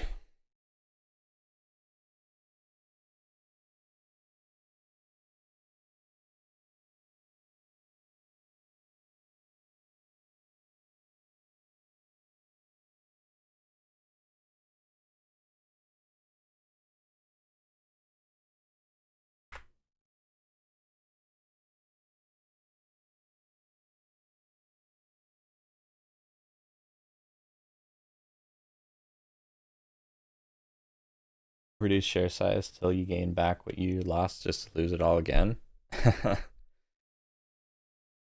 I mean, I did that too. Well, I did the at the very beginning. I did the thing that you're not supposed to do, right? Like I would trade with 10 shares, and then I would get complacent, and then I would size up, lose money, and then I would size up even more to try to make it back, and that's how you that's how you blow up the accounts. Yeah, the good practice is when you lose money, you size down. Like if you lose a big chunk of your money, then you size down and go into trader rehab for a while until you get some confidence back. That's how you keep your head above water in the markets by not going on a revenge trading cycle, which you just increase your share size, double it every time you lose. Whatever that gambler's fallacy or whatever it was is.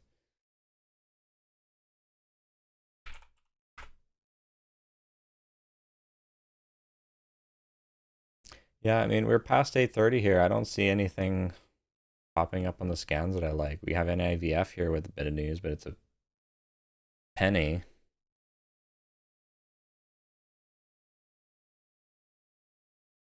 Hong Kong company, too cheap, not interested. Kind of a garbage stock, million share peak or $1 million peak.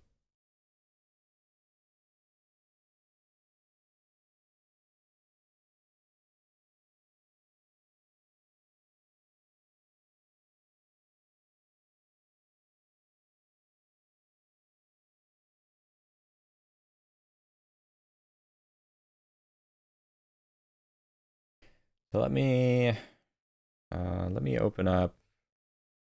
Wonder if I can open up the education portal and the other thing at the same time. Members dashboard, education.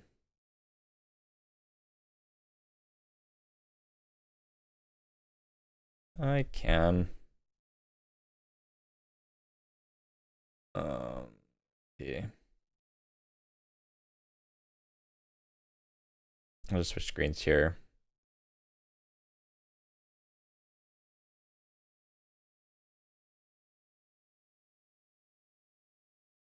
Warrior trading chat room. Where is it? Nope, not that one. This one. This is his course. His new course education portal area.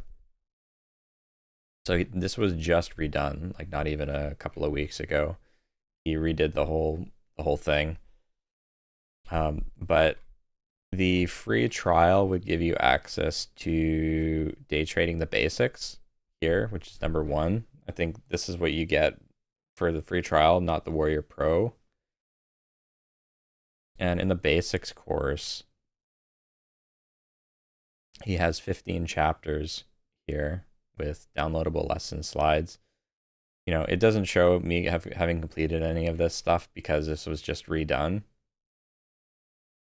And I only went back and I looked at some of the stuff that I was interested in rewatching. So I haven't gotten to it yet. But chapter one, becoming a day trader, all that stuff. Most of his videos are like hours long, hour and a half long here. Right? And they all come with quizzes. You have quiz, you have the quiz answers. Number two, he talks about opening a trading account, choosing the brokers, the different account types, quiz for it. He has quizzes for like every single chapter.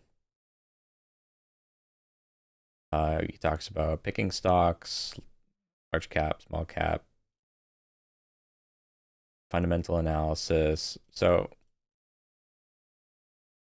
he has a lot of stuff here, right?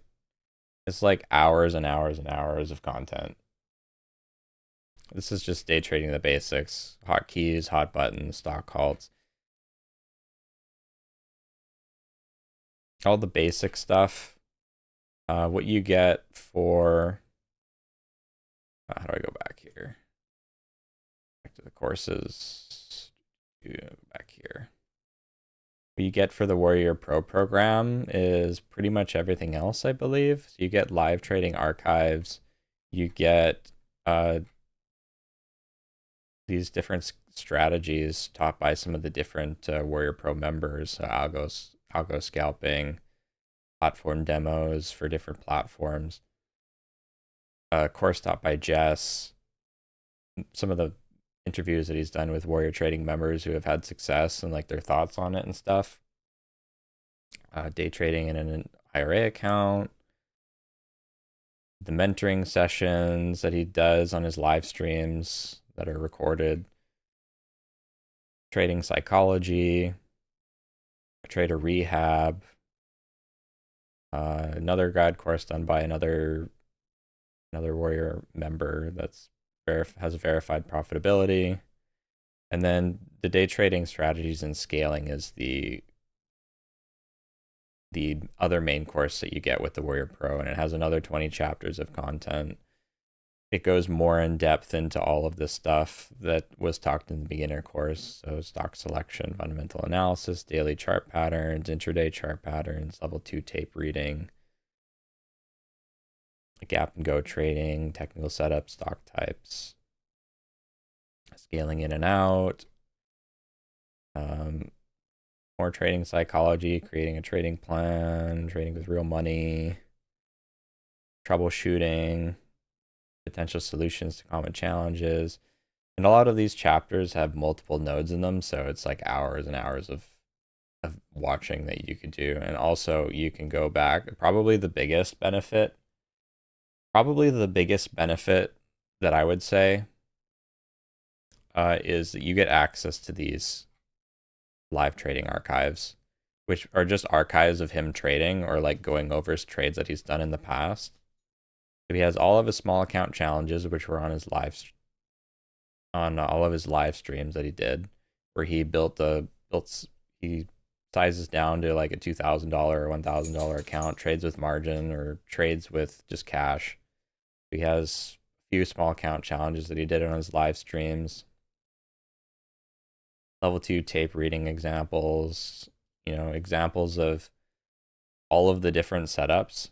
So if you go to like micro pullback, every setup has like a bunch of archives of him just trading. Micro pullback 10K a profit, where he just goes over showing his trading. Some of it has his level 2 in there in his order entry windows as he's completing the trades. So you can like review this and kind of see, how he's scaling in and out of these trades and stuff with his level 2 in his order entry windows as he's doing them. Some of them have eye tracking software where he's keeping his eyes as he's in the trades. And he has this for like every single setup that he trades. Like, this is why it's so expensive.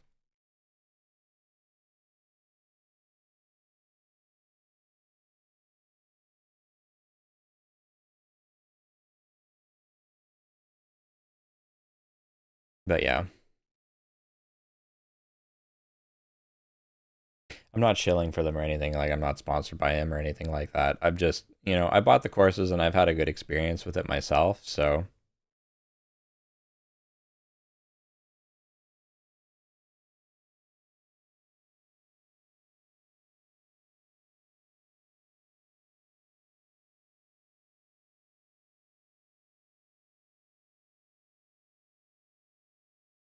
yeah, the most useful part is, let's say you trade alongside him and you record all of your trades.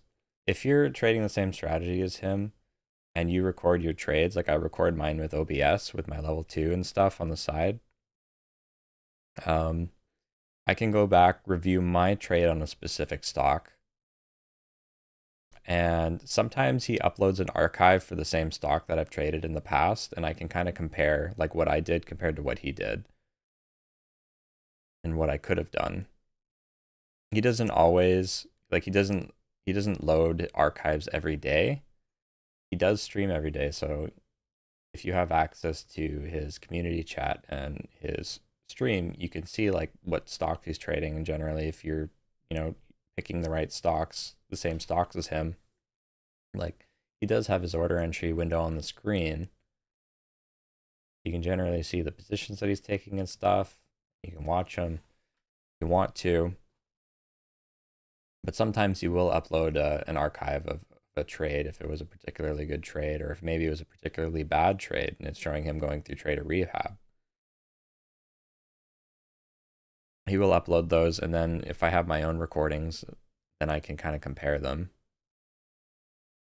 So I can go back and I can go back through my own VODs when I want to, learn how to improve on myself, and then I can go to his and see like what I can do better or whatever. But yeah, there's a lot of stuff in there, a lot of content.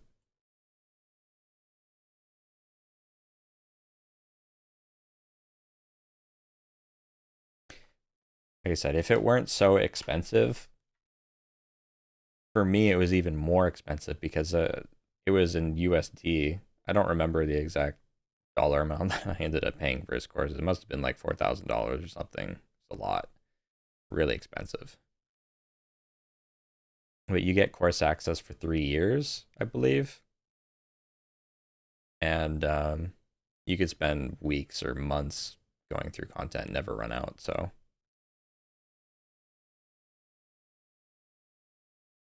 I wouldn't say it's not worth the price, because if you do plan on becoming a full-time trader and you have the money for it and you actually become successful, trading is a long-term career. I mean, you'll eventually recoup that back, right? Like, that's the idea. The only issue is if you decide it's not for you and then you spend $3,000, $4,000 on a course that could have been spent elsewhere. At the same time, his YouTube does have a lot of this information. So it's, you know, his YouTube definitely doesn't have the depth that he goes into in his courses, but it does have a lot of the meat and potatoes.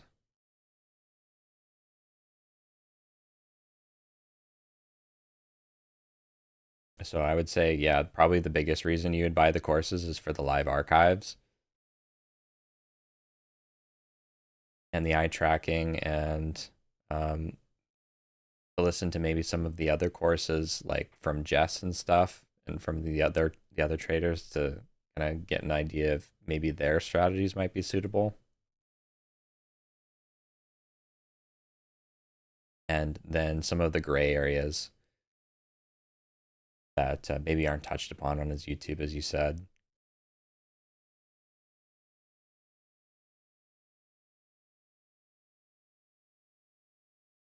And also the fact that there's continuation, right? You're not having to search through YouTube. You're not worrying about missing anything. You can go through the courses starting from the basics and then go all the way through strategies and scaling, and you can be confident that you've got the majority of the information that you need. And then you can start focusing on the live archives and stuff.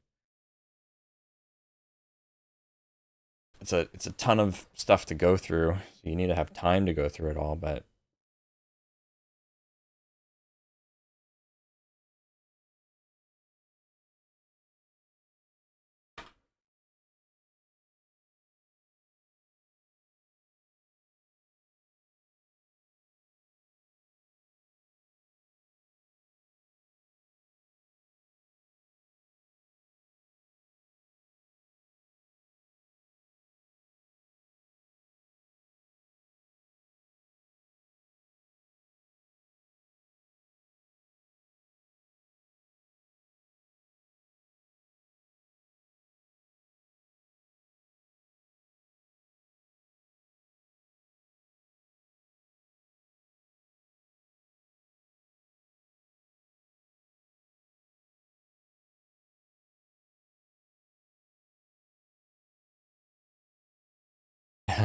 yeah,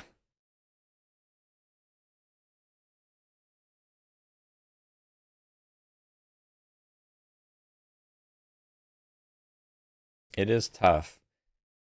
I think some people have asked him why his courses are so expensive and why he has the whole paid thing. And why he doesn't stream on YouTube. And he's said in the past that he has had a lot of people that kind of come into trading with the mindset that they're going to be profitable quickly. And then they end up blaming him when they're not profitable, even after a few months. They come in, they would come into whatever his chat or whatever, see him stream, see his strategy, and they would try to emulate it. Back before he did the whole paid thing. And there would be a lot of people that would, they would expect to be, get rich quick, and didn't work out, and they would end up blaming him for it. So he said that he wants to make sure that the people who are committed to coming into his chat room and into his education are the people that, they want to make a commitment, and they want to take, already figured out that they want to take day trading long term as a career kind of thing. Because he doesn't want people who are financially unstable to pay for his courses or pay for his platforms, and then get themselves into a situation where they can't afford to pay their bills or whatever. They can't afford to live because they took a huge risk on trading and it didn't work out. So he prefers that the people who are coming into his live stream and his courses, that they're willing to make a commitment, and that they have the money to do it, type of thing. I think that's why he said that in the past.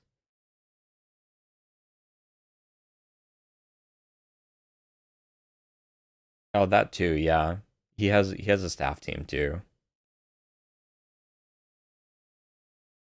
He has a support team, and he has an office somewhere in the US. I don't remember where it is, where he has a team. He probably also pays some of the people who are coming on to live stream after he's off. Recently, he's had someone else come on for regular hours to do commentary and explain his own trades. So there's someone that trades regular hours that makes commentary. And then he has some other profitable traders like Jess, and I'm sure he pays Jess a little bit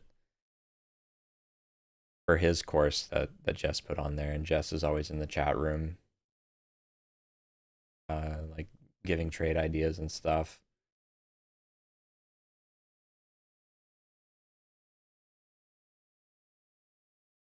Oh yeah, his development team, because he's been developing the simulator too, and his charting software has constantly been going under development. He's had some extra scanners that he's put up recently.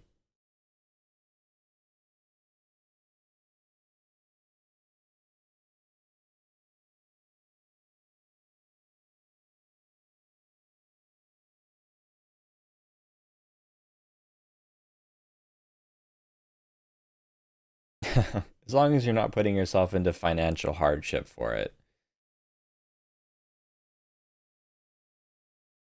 And as long as you're committed to taking a risk to make trading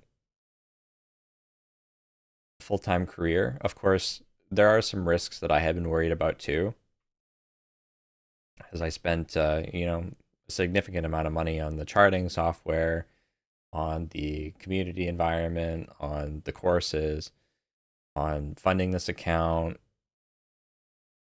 There are risks involved with the fact that the market is a little bit unstable right now, the market environment. We just had, AI come out, so there's some people who have concerns with how AI is going to change trading. There's concerns about, the conspiracy theories that I've heard, where some people are saying that the US in the future is no longer going to be the reserve currency. So are the US markets going to remain as the number one uh, the number one stock market to trade? Like, we might end up having to switch to another country in the future, according to these conspiracy theories, because the US debt and the war with Iran and all this stuff. There's the crypto crash. Um, There's the fact that we're in a cold market. We go through cold market cycles. So can you sustain yourself during a cold market? There's a ton of risks involved too. So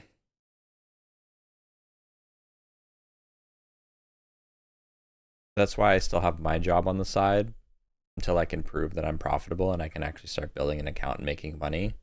I still have a 9 to 5 job. I have to, get off at 10 a.m. by the latest every single day to go work, make sure that I have enough money to pay my bills in case trading doesn't work out.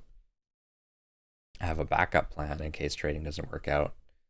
I'm not putting all my eggs into one basket. I can't afford the courses and I can't afford the live stream right now because I have a job.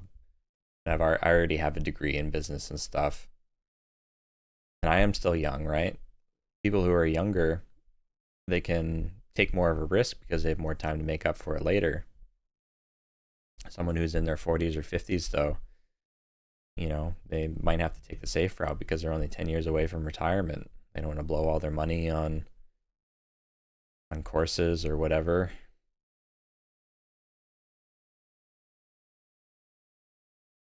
And it is true that statistically speaking, I mean, only a small, very small fraction of traders do end up profitable. So you need to make sure that you have an edge in the market.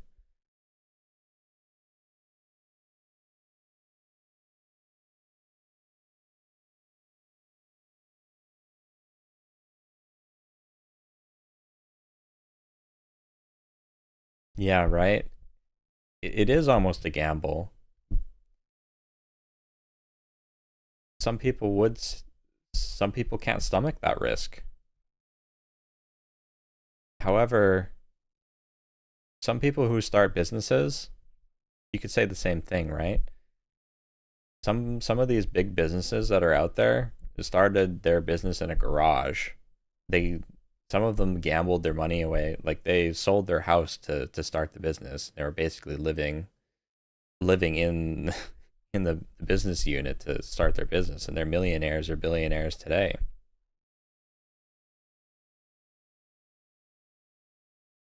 So it's not for me to say whether someone is willing to take a risk on something that has a very low chance or a very low probability of making them a millionaire or a billionaire, because for some people it has worked out, right?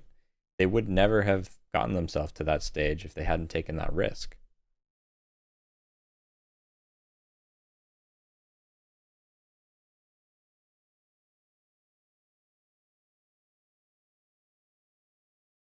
And all along the way, you have people telling you, don't do it. It's a gamble. Don't, you're never going to succeed. Look at the statistics. 99% of people don't succeed in whatever you're doing, blah, blah, blah. And then they succeed, and all those people just disappeared. The ones who told them that you can never make it. The thing is that you never know until you try. And if you have the opportunity to do something, if you're at a stage in life where you have the opportunity to do something that you will be happy with in the long term, and you're young, as long as you're not putting yourself into a precarious situation, then sometimes it's worth it to take the shot. And even if you miss, as long as the worst that could happen isn't that you're out on the streets, then it might be, I think it might be worth it. But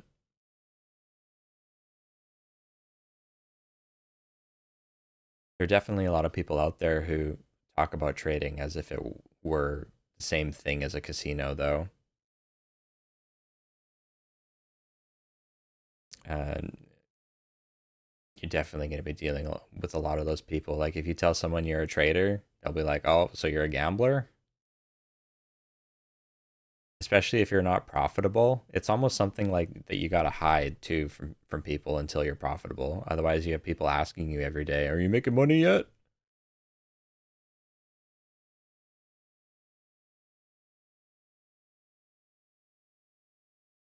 So if you have family members and stuff, if you ever want to go trading full time that are going to probably try to dissuade you. It's a lot of stuff, a lot of risks, a lot of things to deal with.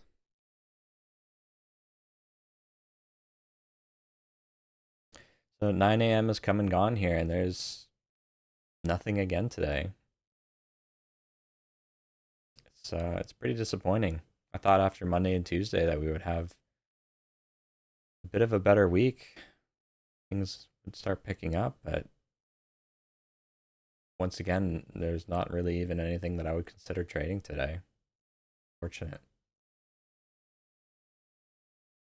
In my situation, I don't have a college education, so I can't realistically ever make more than 100K a year. If it's spending 4K on trading or many thousands of dollars on college, trading wins. Well, you know what people are saying these days is that college educations are mostly a scam. Like you don't need a college education. Experience always wins over education these days. It feels like you don't need an education to move up, but you do need a job and you do need to start somewhere. But it depends on what you like doing.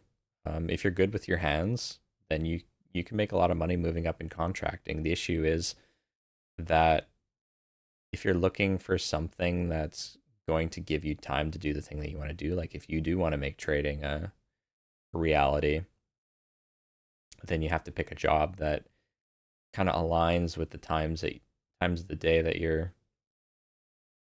able to trade. If you're trading in the mornings and you want to get a job that's in the afternoons, um, but contracting work I think is really busy. Like contractors make a lot of money, and I think that's the best industry I can think of where you can make a lot of money without having a formal education. You just need to get a trainee position or something. I don't remember what it's specifically called, but contractors are working all the time. They're so freaking busy. There's probably a few other ones that I can't think of right now, but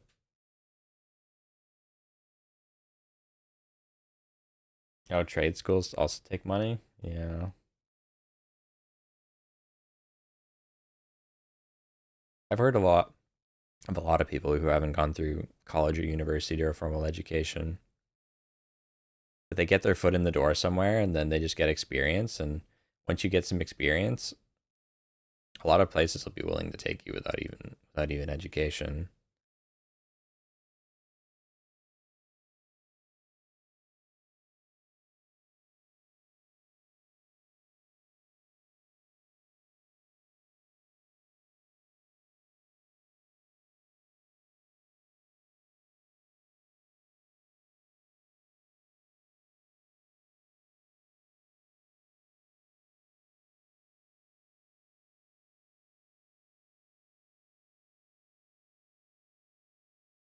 AI,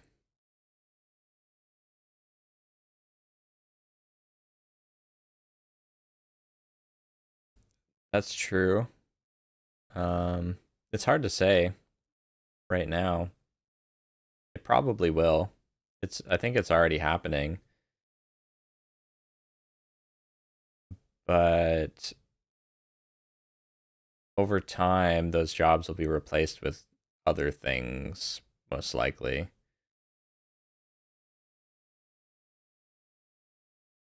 But it does create a lot of opportunity in the job sector for someone who wants to go through college for learning how to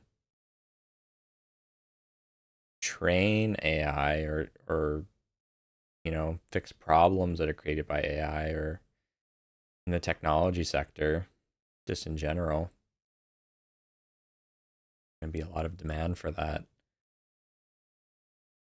But I don't think like the trade schools are never going to go away unless we can literally create robots that build houses and stuff without any issue of structural integrity. But even then, like if AI and robots are building houses, then you still need humans there to oversee that they're not malfunctioning. I feel like it is going to take jobs away in the short term, but I feel like those jobs are going to be replaced in the long term. It just sucks for certain people who are going to college for a specific thing that's getting replaced by AI. Like imagine going to art school for 5 years and then at the end of art school you find out that half of your customers are being taken away by somebody living in their mom's basement just getting AI to generate a bunch of AI generated art. That would suck.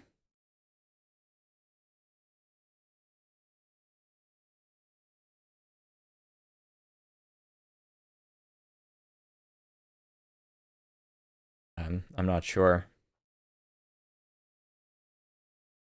Really hard to say.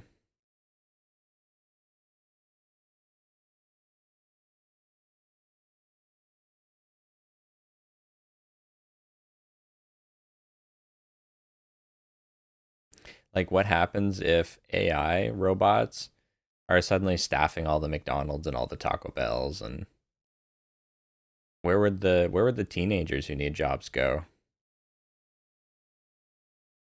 You wouldn't have teenagers supervising robots. It doesn't make any sense.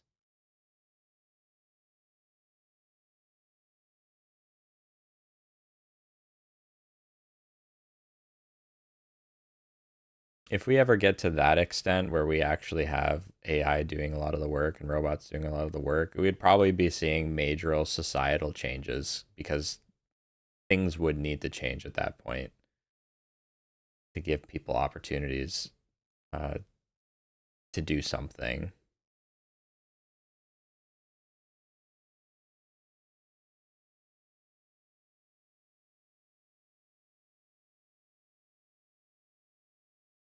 But I still feel like we're quite a ways away from that point. So right now we're just kind of in a status quo kind of mode. A lot of these data centers can't even be built because we're facing problems in terms of heating and cooling, in terms of actually getting the resources to build the data centers, in terms of actually using AI to recoup a lot of the spending that's been done to make these data centers. People still aren't sure about the cost effectiveness and the use of all this and how to monetize on it. There's still a lot of uncertainties.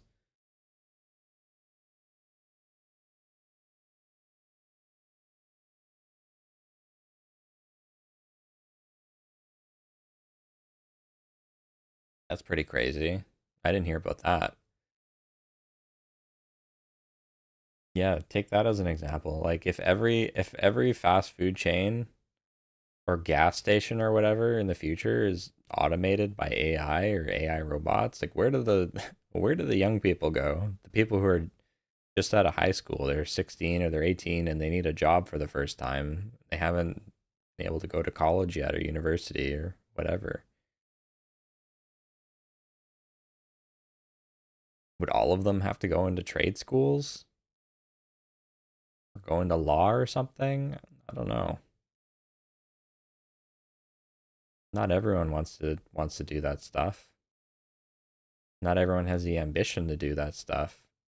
And when you're young and you don't know what you want to do yet, you kind of need something to just start making money. I guess you could deliver newspapers, but AI could probably do that too. Robots can flip patties, they can deliver newspapers. You could cut grass, probably get a room to do that.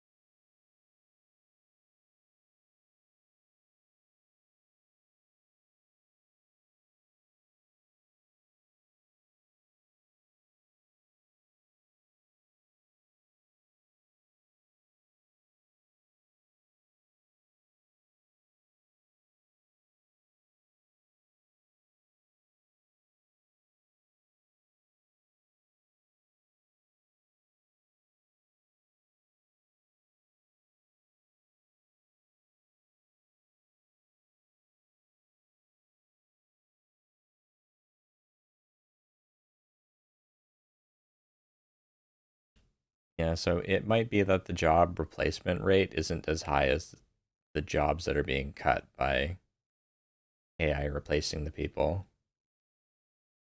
I'm sure there will be a replacement rate, but it's probably not going to be very high.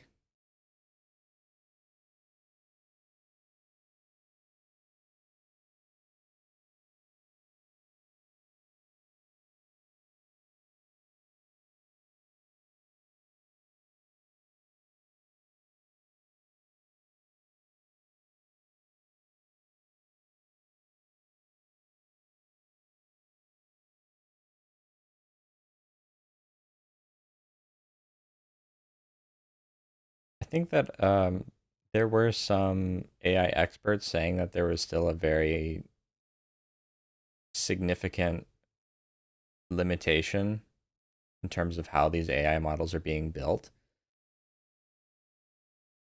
So it might still be quite a bit of time until that problem is solved. I don't remember exactly what it was, but it had something to do with how the AI are being trained, in the sense that it can never be true AI in its current state.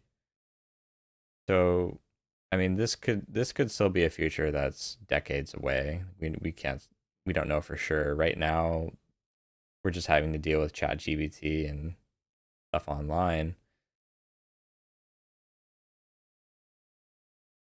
So it's hard to say how quickly that it's going to be adapted into society. It's definitely not going to be all at once. It'll be a slow, gradual change.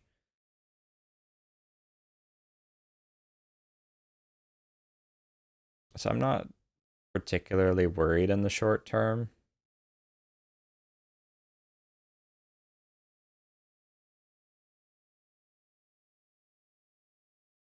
but over the long term, things will have to change.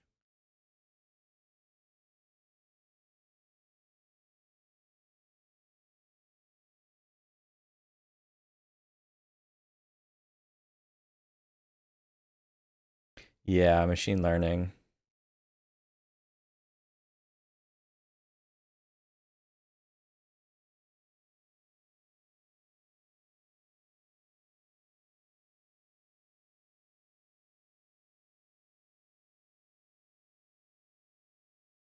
First, we'll have to see if this AI bubble pops or not.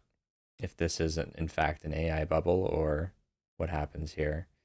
Because if the AI bubble pops, like a lot of people are saying, then yeah, we're looking at a much, much longer term for actual adaptation of a lot of AI in regular everyday society.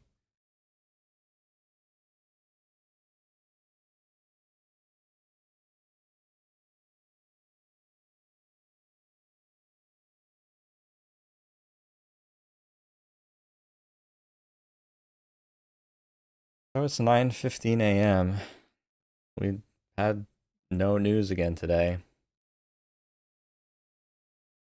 This is the downside to this strategy, is that if there's no opportunities, then there's no trades. The past 2 weeks have been a particularly cold couple of weeks for whatever reason, except for Monday and Tuesday. But it gave us like one, even just one or two opportunities on Monday and Tuesday, and then that was it.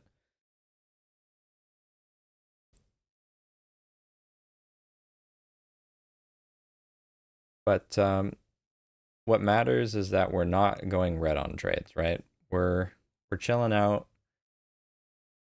There's nothing. There's nothing. And I mean, I'm still up $50 so far in the small account challenge in the past couple of weeks. I'm trading with 1/100th of the account size that I would trade if I had a full size account. So $50 is actually, if you think about it and compare it to Ross, it would be $5,000. Ross made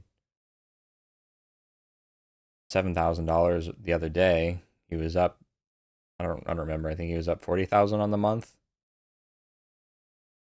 So even during this cold market, I mean, as long as you're patient, there are opportunities to make money that can support you during the whole month if you have a big enough account size. It's just a matter of being patient and waiting for the opportunities to build up that account size. So for today, I mean, it seems like it's going to be another no trade day for me.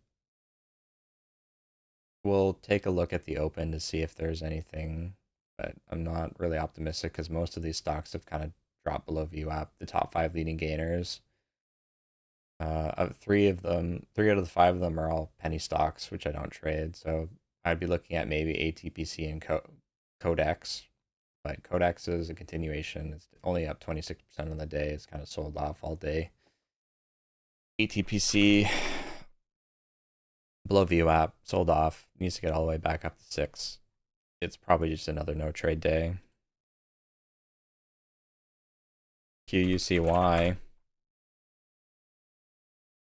I mean, this might have potential if it gets up above 493, but this is our 6th day of continuation now. Relative volume is going to be very light on QUCY.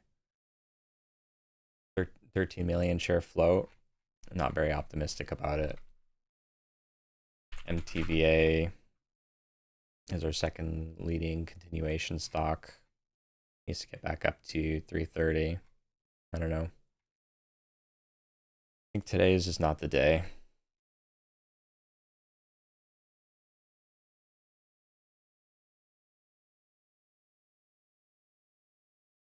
Yeah, AI is not going anywhere. That's for sure. AI is here to stay. People who are dooming about AI, this is just a fad, are incorrect. But there are a lot of people who might over exaggerate the short term effects that AI is going to bring. We'll see. We'll see how true that is.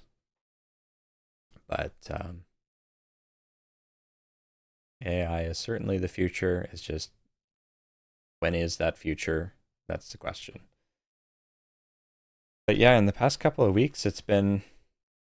I mean, I'll pull up my trader view. Did I pull it up the other day? I don't think I did.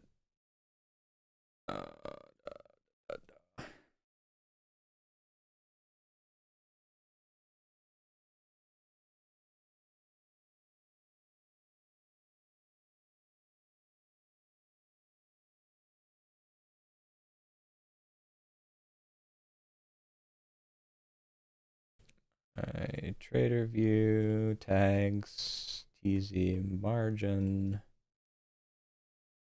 account.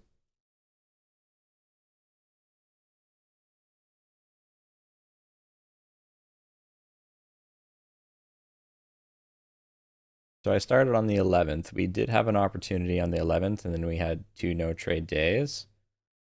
I think Ross is pretty similar to me in the past couple of these weeks, and most of these days were no trade. Yesterday was a no trade. Today was a no trade. He just logged off. So 4 no trade days out of the past 2 weeks. He did take some trades on the 15th and the 16th that I didn't. Did I make sure I uploaded? Yeah, I think 15th and the 16th were both no trades for me, right? Just double checking that I didn't forget to upload one of my P&Ls.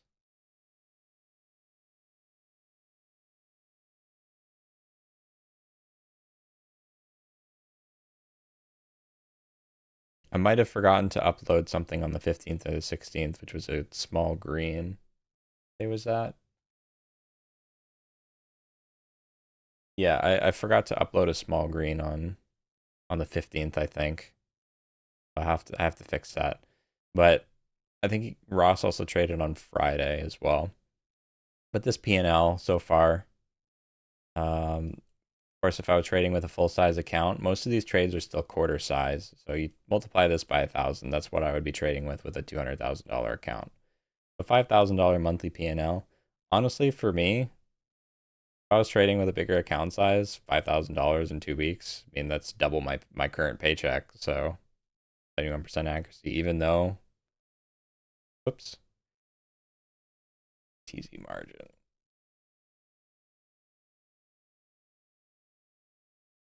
TZ margin. Even though I've only had maybe 7 or 8 opportunities, with this type of accuracy, if I can maintain this type of accuracy and profit loss ratio over my entire small account challenge during a cold market, as long as I can build up the account size, it's still like double my paycheck with only room for improvement because Ross is up like 40,000 on the month or something, right? If I were to compare my account size to him, then I still have like 20 times the room for improvement. There were a lot of trades that I took this week that I could have squeezed more out of the market.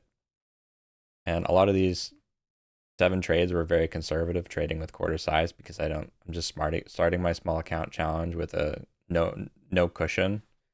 My goal is just to chip away and build up my account first so I get some confidence before I actually scale in and start taking bigger share size.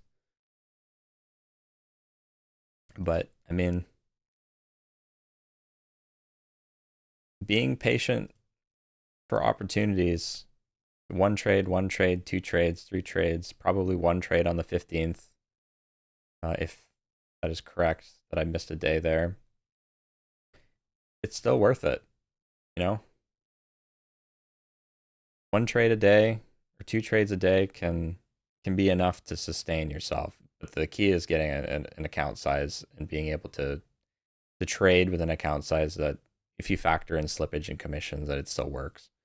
Of course, net after commissions with trade zero, even though I'm trading with a smaller share size, that's kind of increasing my commissions relative to my share size, $8, so $42 so far. I'm up in the small account challenge, not very much, but the key is that we're plugging along here, and we're not taking sub quality setups that we're not supposed to in this cold market.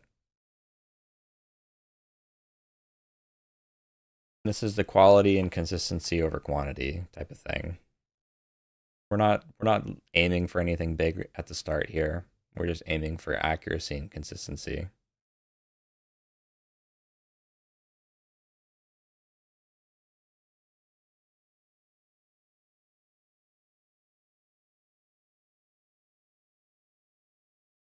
But yeah, this is filtered for easy margin for my trade zero margin account. Overall, my accuracy is only like 50-50. You count all the sim stuff in and stuff. But a lot of the stuff is before I altered my strategy to be quality over quantity. But we'll see if I can continue profitability in the small account challenge.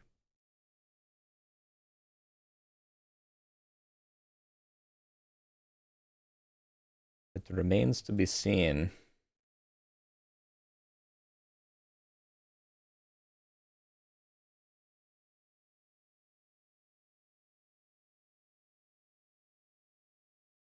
Yeah, best options to trade were at 4 a.m. Yeah, if I could wake up at 4 a.m., if I could force myself to wake up at 4 a.m. and not be dead for work, then I could. But yeah, it's not really an option for me right now, sadly. For the past few days, for the past couple of weeks, actually, there have been a lot of opportunities later in the day, like at power hour and after hours. There were some big movers, and then in the past couple of days, been early in the morning. So market conditions, people are getting up at early in the morning, or they're coming back later in the day. That's when things have been moving, not during pre-market. I could adapt my times to adapt to the current market conditions, and I would, but you just kind of have to wait for volume to come back to pre-market and for more news releases to come out.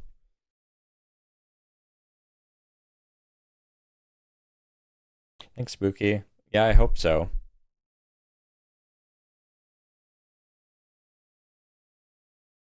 I'm hoping to show people with my live streaming every day what it looks like to go from a simulator to going full time, so that some people can have a resource to see what it actually looks like. Of course, I only started streaming after 9 months and after I've completed a full education and I've already gone through a lot of the the nonsense that a lot of people wouldn't want to watch, like blowing up accounts. But I hope that I can. We're optimistic, but we're not complacent.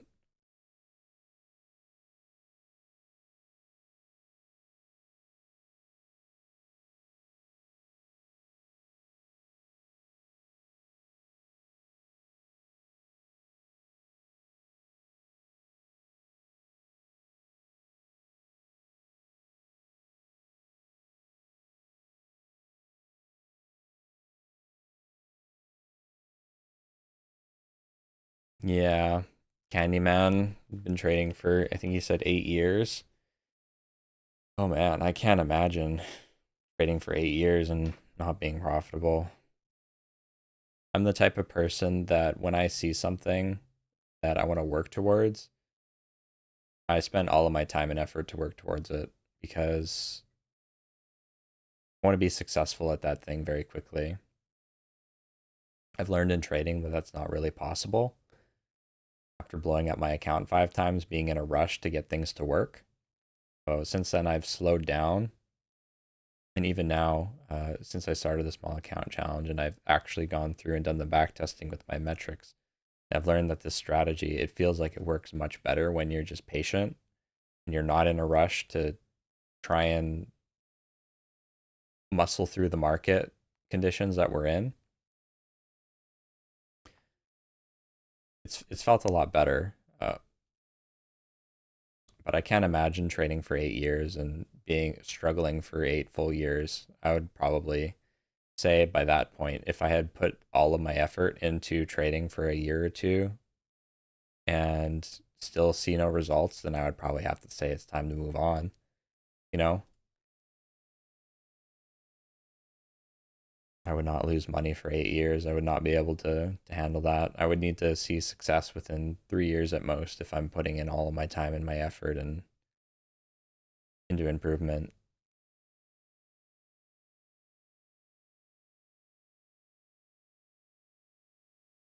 Yeah, I do respect the fact that he hasn't given up. He's still trying. However, I do think that part of his trading is a bit of a gambling addiction. He's kind of gotten addicted to the feeling rather than the rather than treating trading like a business.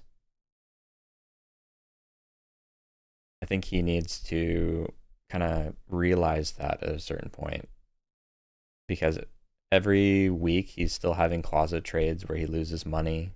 He can't seem to shut down his trading station.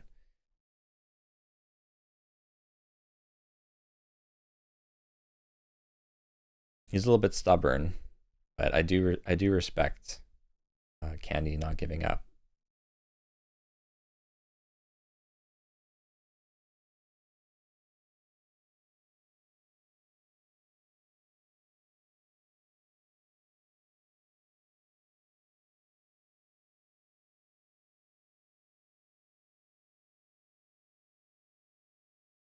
Well, that's good. Maybe maybe he just needs to pivot to long-term investing or swing trading. I wonder if he would do that and learn a swing trading strategy if he could be more profitable. He might be trying to muscle through a strategy that's not suitable for him, and he just hasn't realized that yet. Ross Cameron's strategy is very heavily reliant on level two and on stocks that are breaking out and making new highs. But he kind of seems to just trade everything. And I don't know. He's not a very fast trader. So he gets a ton of slippage on both his entries and his exits, which hurt his long-term profitability.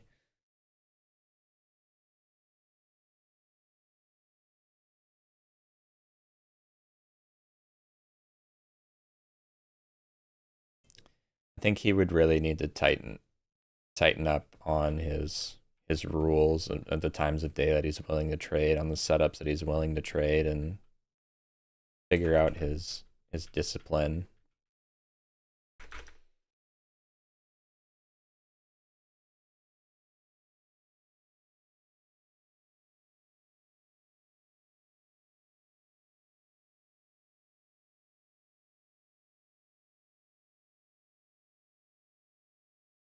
So as a rule, I don't trade the first 2 minutes of the opening bell because it's too volatile. You can't manage your risk on it. So not trading the first 2 minutes. Um, it's already been a couple of minutes here, but I'm still not interested in any of this stuff really. ATPC is our top leading gainer if you don't count BNY, which I think must have been an acquisition or a buyout or something for it to be up that much, and it's too high of a float anyways. We've been bouncing off of VWAP all day, so if this breaks through VWAP, it might see a bit of a surge, but I don't know. I don't have a cushion on the day to take any risk.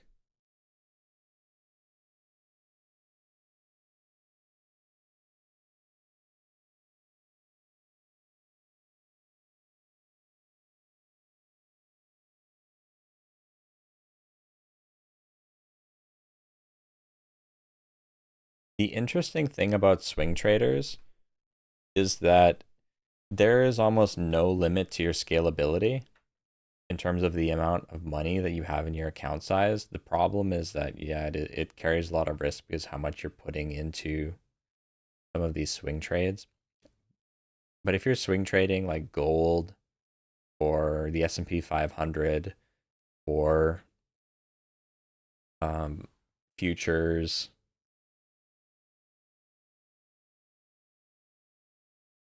you can put like $10 million into a trade and make a few percent off of it, and that's enough to live off of. Do a swing trade if you know what you're doing. It comes with a lot of risk, but there are definitely more strategies out there than just small cap momentum. Problem is that a lot of people don't have that capital to do that. Like if you were to trade the S&P 500, if you put $1,000 into an account, you trade with one share. You'd have to trade for such a long period of time to build up capital to trade large caps or futures.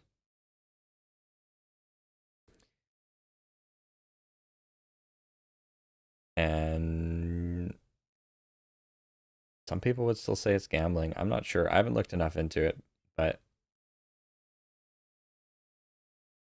some people are more suited for certain strategies.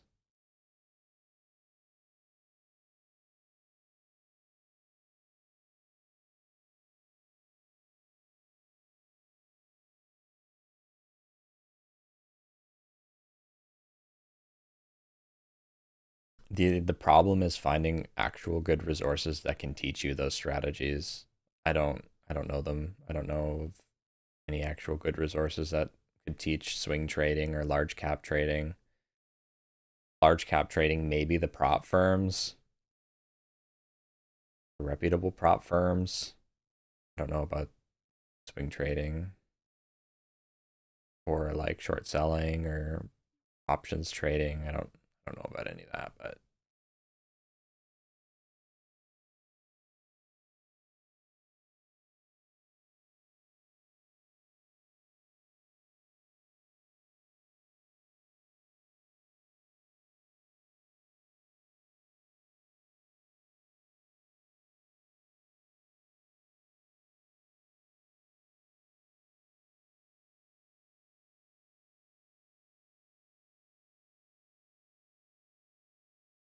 Ross has actually talked about that. Um, he's answered that question in some of his Q&As and on stream. So this might not be in his YouTube videos, but he's actually answered that question about what he thinks about AI coming in or some of the larger corporations. And the answer is that the space that we're in is actually very niche.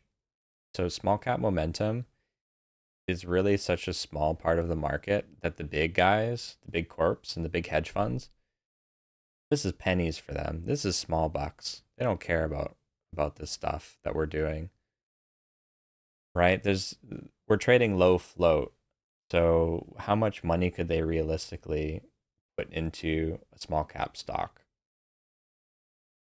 These hedge funds with billions of dollars at their disposal, they want to trade large caps where they actually have liquidity that they can get in and out of the market, right?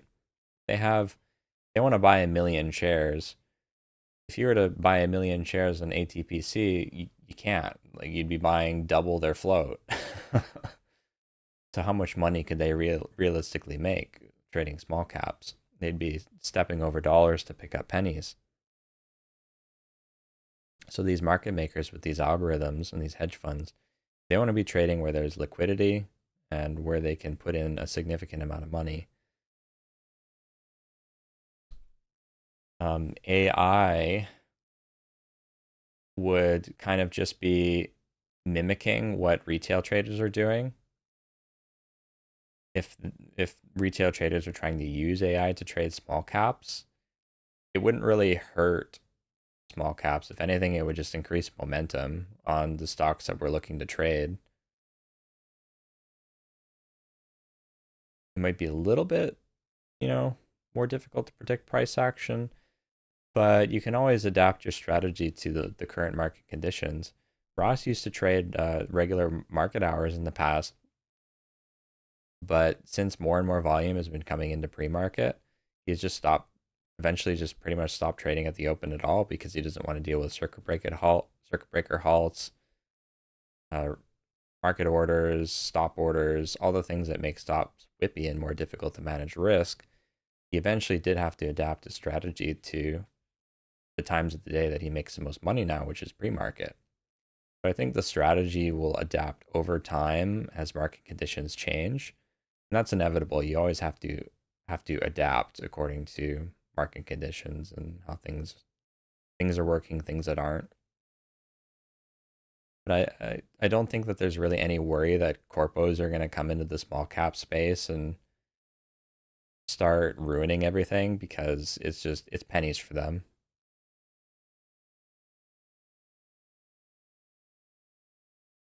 Right? We're basically trading garbage stocks. Large caps, they want to manage risk. They don't even want to touch some of this stuff sometimes too. These big hedge funds who are managing a bunch of clients, right? I don't think any of their clients would want to touch ATPC. And they can't really move in and out of the markets liquid with their funds. So they have their own space, we have ours kind of deal.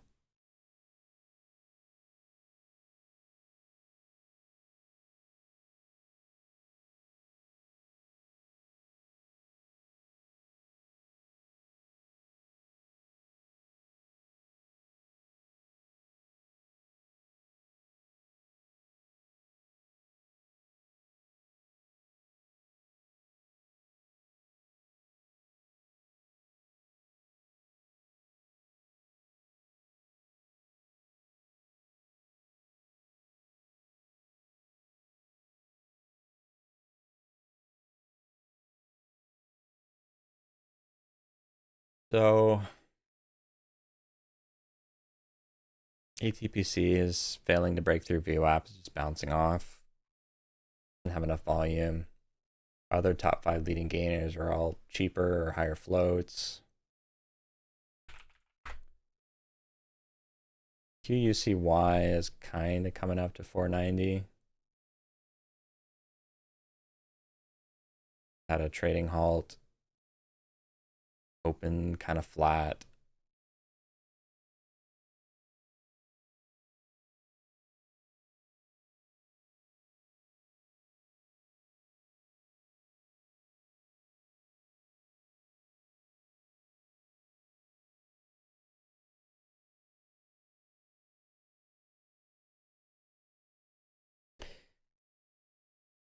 Yeah, I don't think that he would that he would spend as much time and effort as he does trying to refine his strategy and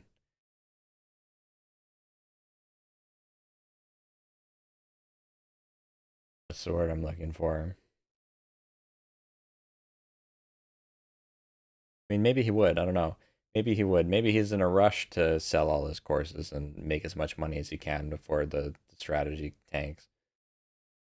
I don't think that's the case. I think he's pretty confident in this strategy that it's going to remain. And this strategy has been around for a long time. Small cap momentum has been around for decades.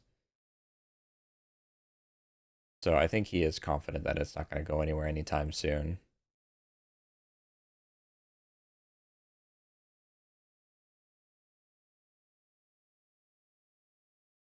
But he definitely spends a lot of time and effort making these courses, talking about his strategy, refining it. So I don't think that he would spend as much time as he does if he wasn't confident in the strategy. And he has talked about many times about how he's been through enough market cycles now between hot and cold that he knows it always comes back. 20 like before 2020 was a little bit colder and then COVID came and then it heated up throughout 2020, 2021. It was really hot because a lot of people came into the market around COVID since they're working from home or maybe some of them lost their jobs and they're trying to find different ways of making money. And then it cooled down for 2022 and 2023 where it just kind of had more of a cold cycle, but it would cycle between hot and cold. And then it picked up again a little bit in 2024 and then it really picked up for the crypto bubble in 2025 where he had his biggest year ever actually just in 2025 because of how hot the market was during crypto. And since the market has cooled off in October, it's been more of a cold cycle again, but he says that he's confident that it's going to come back and it's going to be hot again at some point, especially with the PDT rule changing in June. He thinks that there's going to be more volume coming into the market again. And he compared it to how more volume came in during COVID because there was some sort of circumstance that allowed retail traders to come into the market and really increase the volume in pre-market.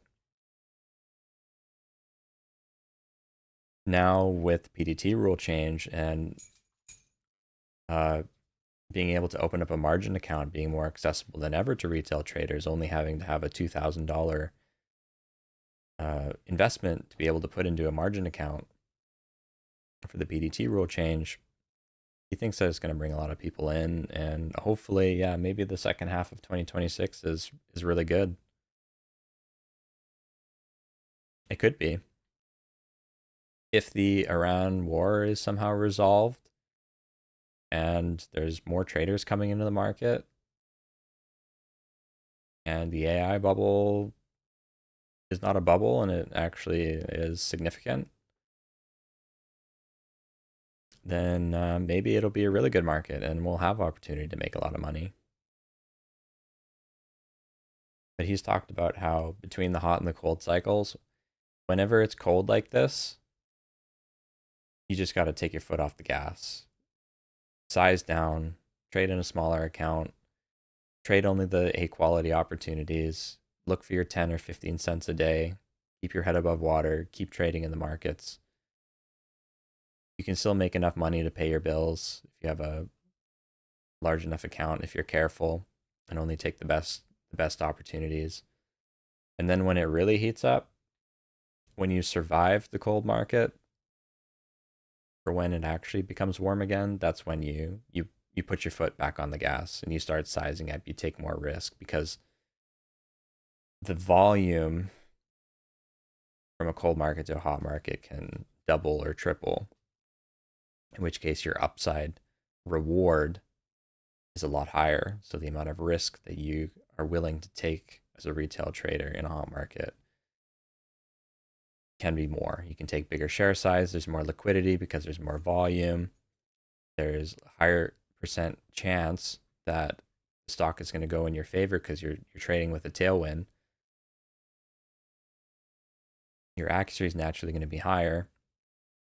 A lot more B quality setups work, so there's more opportunities. There's a lot more traders jumping onto things. So cold is survive till you thrive. Hot is put your foot on the gas, start being aggressive, make money when you can, and start scaling up your account. So that's my plan, anyways, for right now. If there's no opportunities, I'm not going to force it. I'm just going to trade the best quality setups, try to maintain my accuracy, maintain my discipline, focus on stuff that I know has edge and is going to make me money even in this cold market. And then hopefully once I built up a bit of a cushion and things start heating up, then I can start taking some bigger share size. Or taking a bit more risk.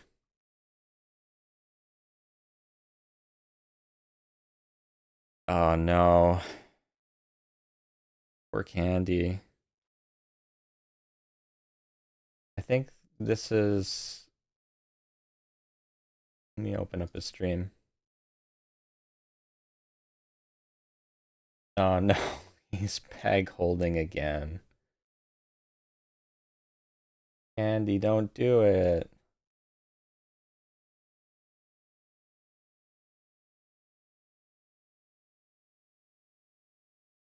I think he...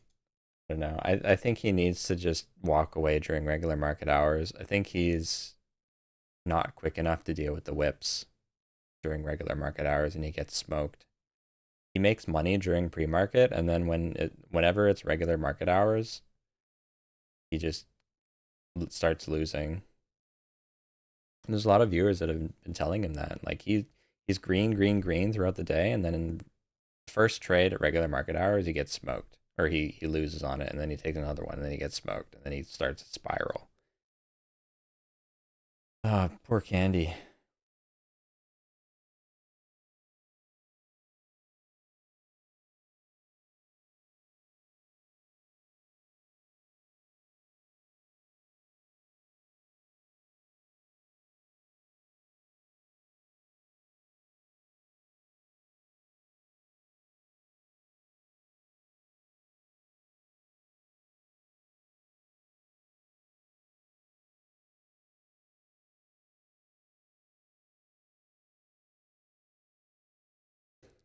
Yeah, he needs to start cutting his losses.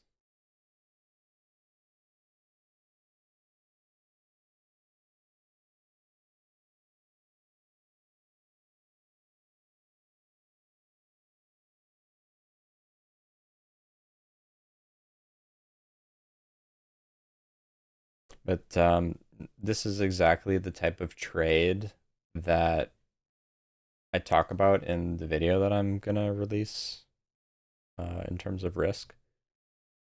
Right now, if you look at what he's doing for holding and hoping, statistically speaking, if you think about it in terms of risk reward, he got in at $4.8, but he's holding it down to, what is that, 4.1? He's risking like 70 cents right now, or even more, right? If it breaks down through 4 in this capitulation, he's probably risking $1 per share right now. But what's his upside reward if it comes back up? Stock already showed significant resistance at 480. So if you were to be a fresh buyer down here at $4, your target would be a retest of the pivot or a retest of high of day, because you can't guarantee it's going to break through now that there's resistance up there that caused significant volume. So he's risking $1 per share right now to make nothing by holding and hoping like that, because he can't guarantee it's going to break through. At best, it could come back up and he could sell it for break even.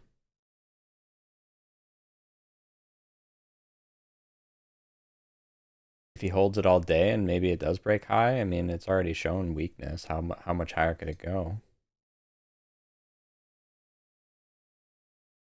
I mean, if you're realistic about the position, you're risking $1 per share to make nothing. If you're optimistic about the position breaking through, you're risking $1 per share to make what? I don't know. Maybe it goes up another 50 cents. You can't count on Hail Marys. Over a long period of time, that type of risk reward ratio just absolutely destroys your profitability.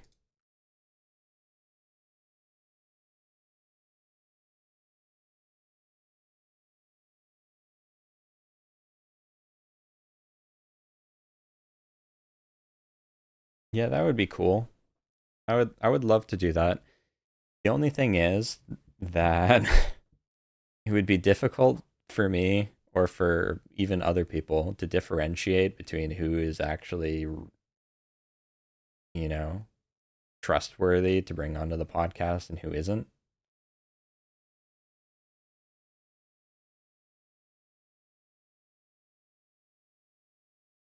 If there were enough streamers out there that had verified profitability,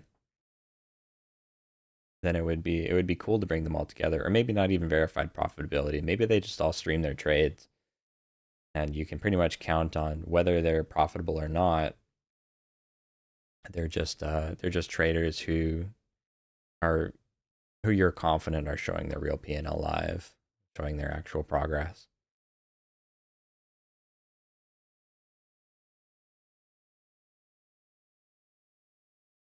That'd be cool.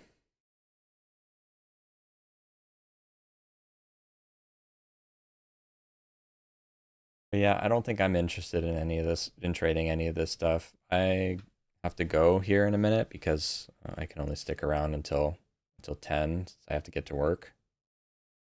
So no trades today. Again, we're just waiting until we actually get opportunities again in the market. Ross also had a no trade day today.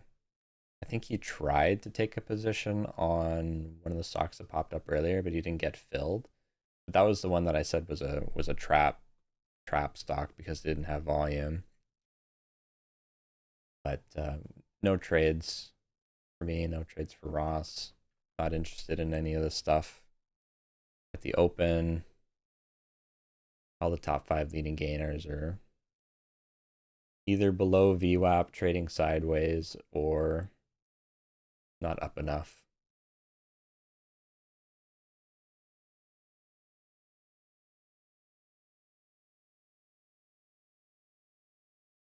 But yeah, yeah, thanks for stopping by, Spooky. I mean, I really like having people to talk to when the market is slow too. So I hope uh when I get more viewers, I have a bunch of people to talk to. But things have been really been slow since you took a break because I don't have many other viewers yet. Bass hops in here sometimes. Um, I don't have too many other people yet. So yeah, it's fun. But I'm gonna hop off here. Hopefully tomorrow's a better day. It is Friday, so I mean maybe we get a wild card move, but I'm not really too optimistic. The week has been this cold. There's probably gonna be a lot of people who won't even show up on Friday, so volume's gonna be lighter. But yeah, that's gonna be it for me. Um, I'll be back at it again tomorrow, 7 a.m. Eastern time as per usual. Until then, take care, stay green. See you next time. Peace.